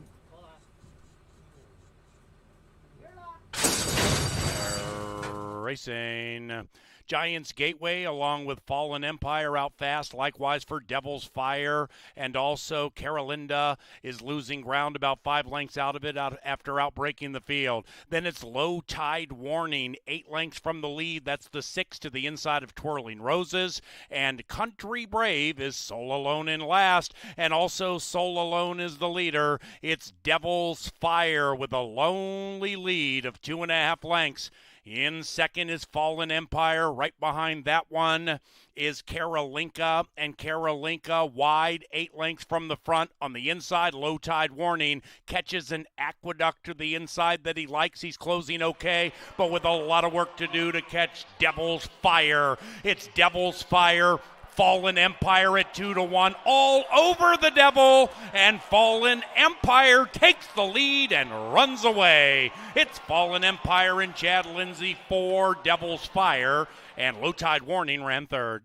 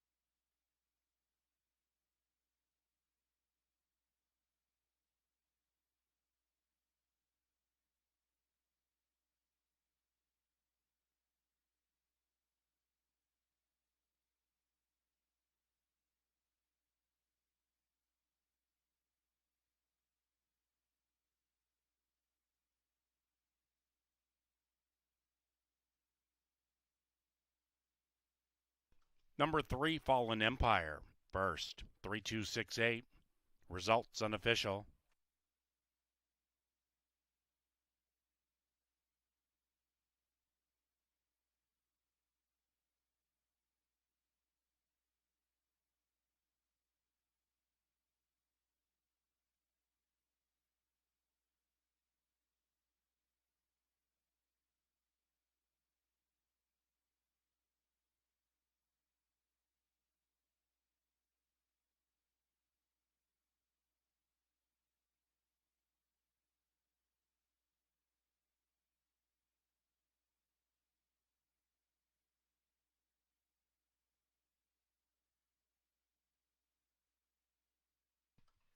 Our 8th race is official. Exacta, nearly $10. Trifecta, 87. Superfecta, 54. 3-3 double, $12 and change. And the pick 3 paid $14 and a quarter. The 9th race is the final live race this week. Number 4, Unbridled Shoes, is ridden by Alex Canterbury. And 7, Classic Whiskey, is scratched.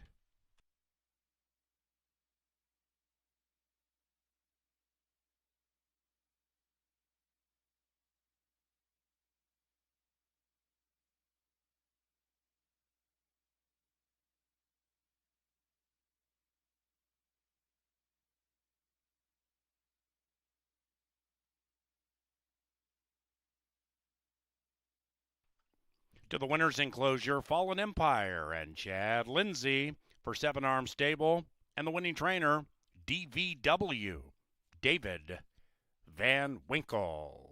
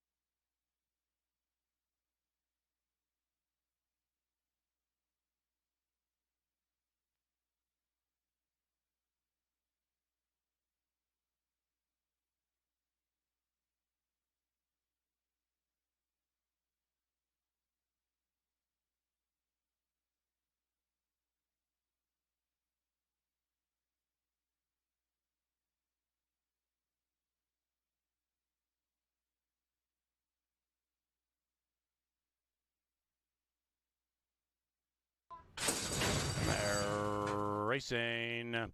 Giants Gateway along with Fallen Empire out fast. Likewise for Devil's Fire. And also Carolinda is losing ground about 5 lengths out of it after outbreaking the field. Then it's Low Tide Warning, 8 lengths from the lead. That's the 6 to the inside of Twirling Roses. And Country Brave is Soul Alone in last. And also Soul Alone is the leader. It's Devil's Fire with a lonely lead of 2.5 lengths.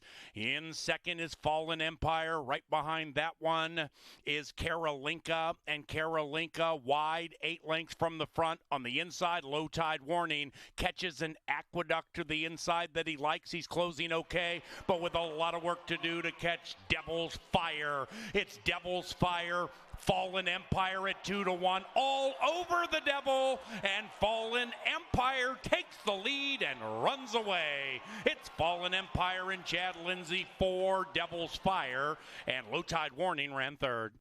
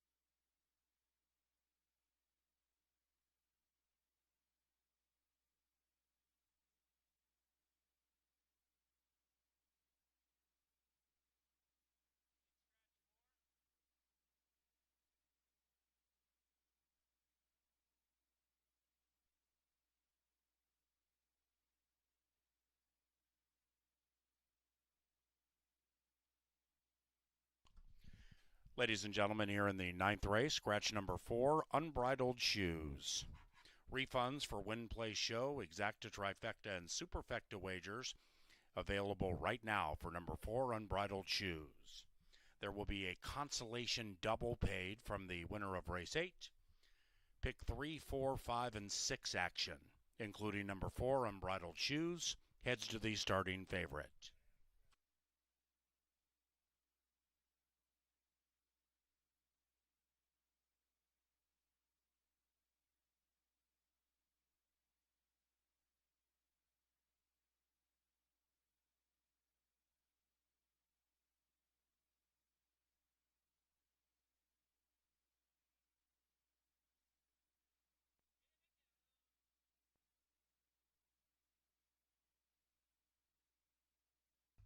And there they go.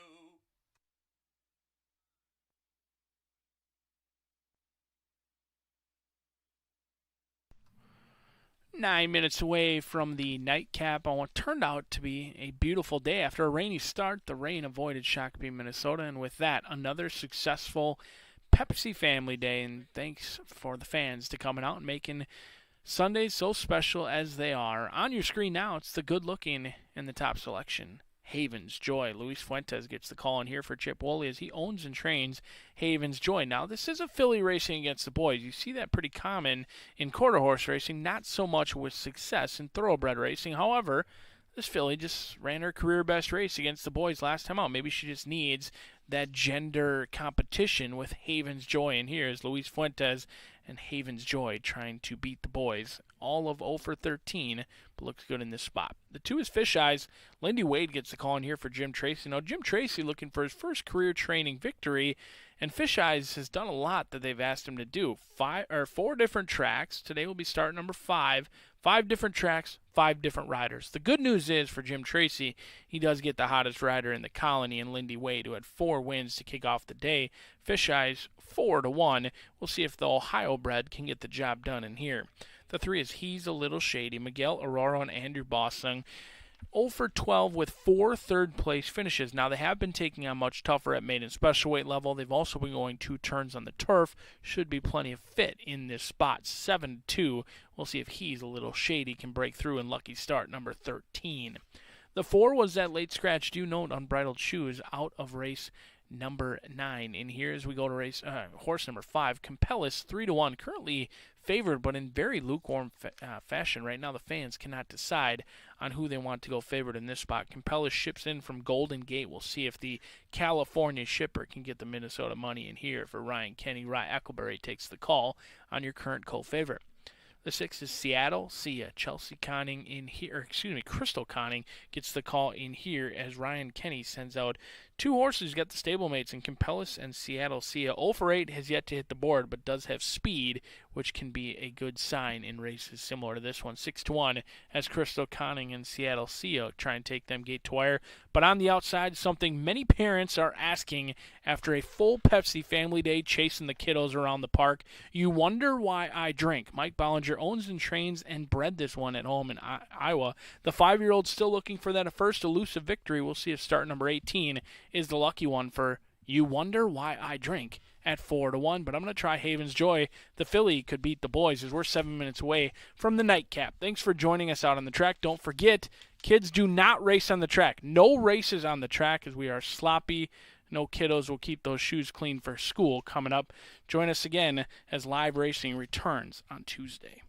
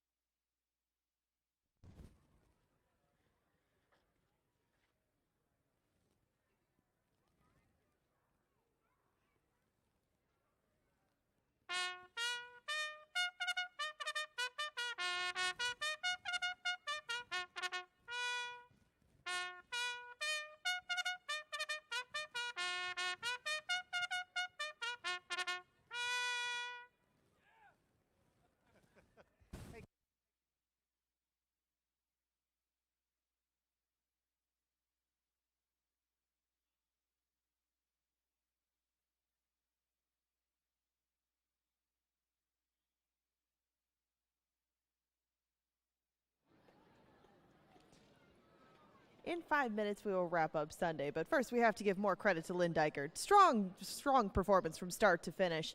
We all had a long day with the Bassets and the races, but we'll wrap it up in 4 minutes. We do have a late scratch of the 4 unbridled shoes. As Paul mentioned, some of the action shifts to the favorite. Some will be a consolation. We also scratched the 7 Classic Whiskey, but he scratched much earlier in the day. In the 9th race, we'll go 1 mile. $5,000 maiden claimers are up to bat. Win, place, show, exactas, tries, and supers are what are left on the wagering menu. Your 2-to-1 favorite is in the middle of the field. That's Compellus, making his first start coming out of Northern California. That's all we've got. We'll wrap this one up in 4 minutes, but if you've had a lucky day or if you want to try to turn your luck around, take a walk through the card room. We've got a bar, we've got full food service, all kinds of games, all kinds of big jackpots too. A lot of them are growing, especially the Blazing Sevens and the Ultimate Texas Hold'em. But take a look. There's a lot to play in there, a lot of fun to be had. And if you want to take your try at it, you still got lots of time during the day. It's not even now it's 5:45, but lots of nighttime to try to go through the card room and make a little bit of cash on your way out the door. Thank you, everyone, for joining us. If you can, come back and see which Basset Hound will defend the crown, maybe taking down all the other breeds coming up in September. You have 3 minutes left to bet race number 9. We'll see you back here on Tuesday.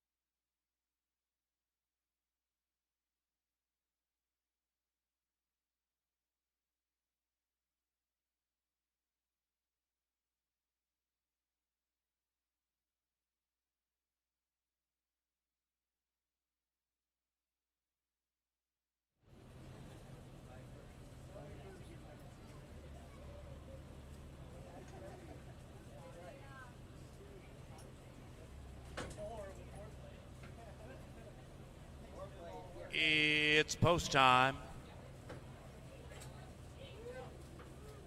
Final live race this week. Tuesday, Wednesday, Thursday, 5 o'clock. Stakes racing during the week, Tuesday and Wednesday.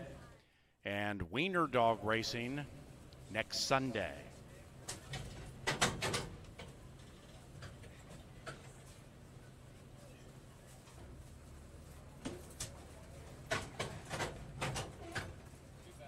Last one to load this week. You wonder why I drank.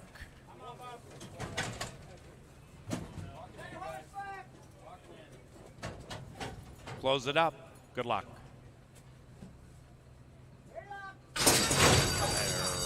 Racing. Number 2, Fish Eyes stumbled badly shortly after the start. Haven's Joy came out nicely, but so did Seattle Sia. And Seattle Sia with Crystal Conning have cut the corner, going very quickly, leading it by 2.5. Right behind that one, Haven's Joy to the inside of He's a Little Shady, and all three of them are going very quickly. 7, 8 lengths behind that to You Wonder Why I Drank. Then an even bigger margin to Fish Eyes. The riders looking to win 5 on the card, and still one behind that, way back in last, is Compel Us, about 20 lengths from the front. And the front belongs to Seattle Sia at 7-1. Seattle Sia 7-1 leads by 7. Second, He's a Little Shady. Inside of that, Haven's Joy. Still a mile back to You Wonder Why I Drink. 15 out of it. Fish Eyes is even farther behind that, shoved on hard by the leading man. Compel Us is running on from 18 lengths out of it. And up top, Seattle Sia still leads it, splashing along. The lead is about 5, but that 6 is showing signs of weakening. And with a quarter of a mile to go, Seattle Sia still with the commanding lead, not handling the turn with aplomb. He's a Little Shady in second to the inside. After that is Haven's Joy. Now they're down to the final 220. Seattle Sia still clear. The lead is diminishing. He's a Little Shady the inside. Haven's Joy the outside. That's it for Seattle Sia, looking for a place to go to bed. And He's a Little Shady grabs the money. He's a Little Shady indeed.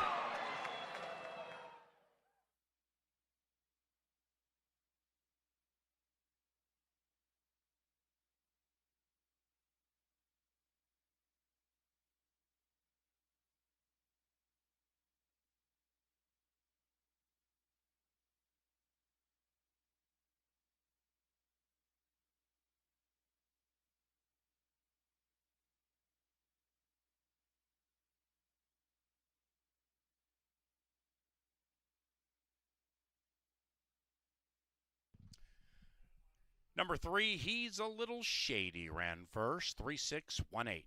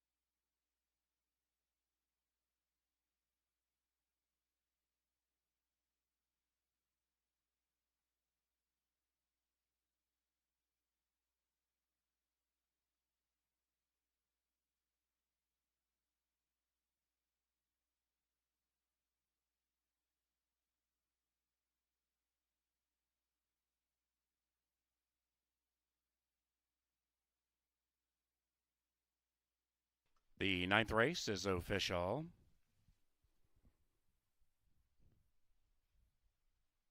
Final pick 3, $26.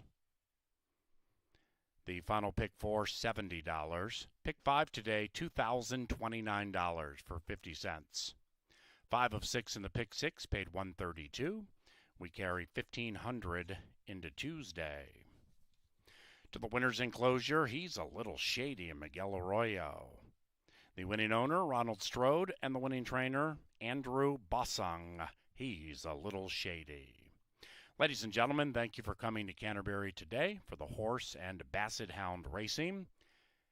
We resume Tuesday at 5 o'clock. CanterburyPark.com if you're looking to join us again and save some money on admission. Otherwise, if you're leaving the racetrack, please drive safely.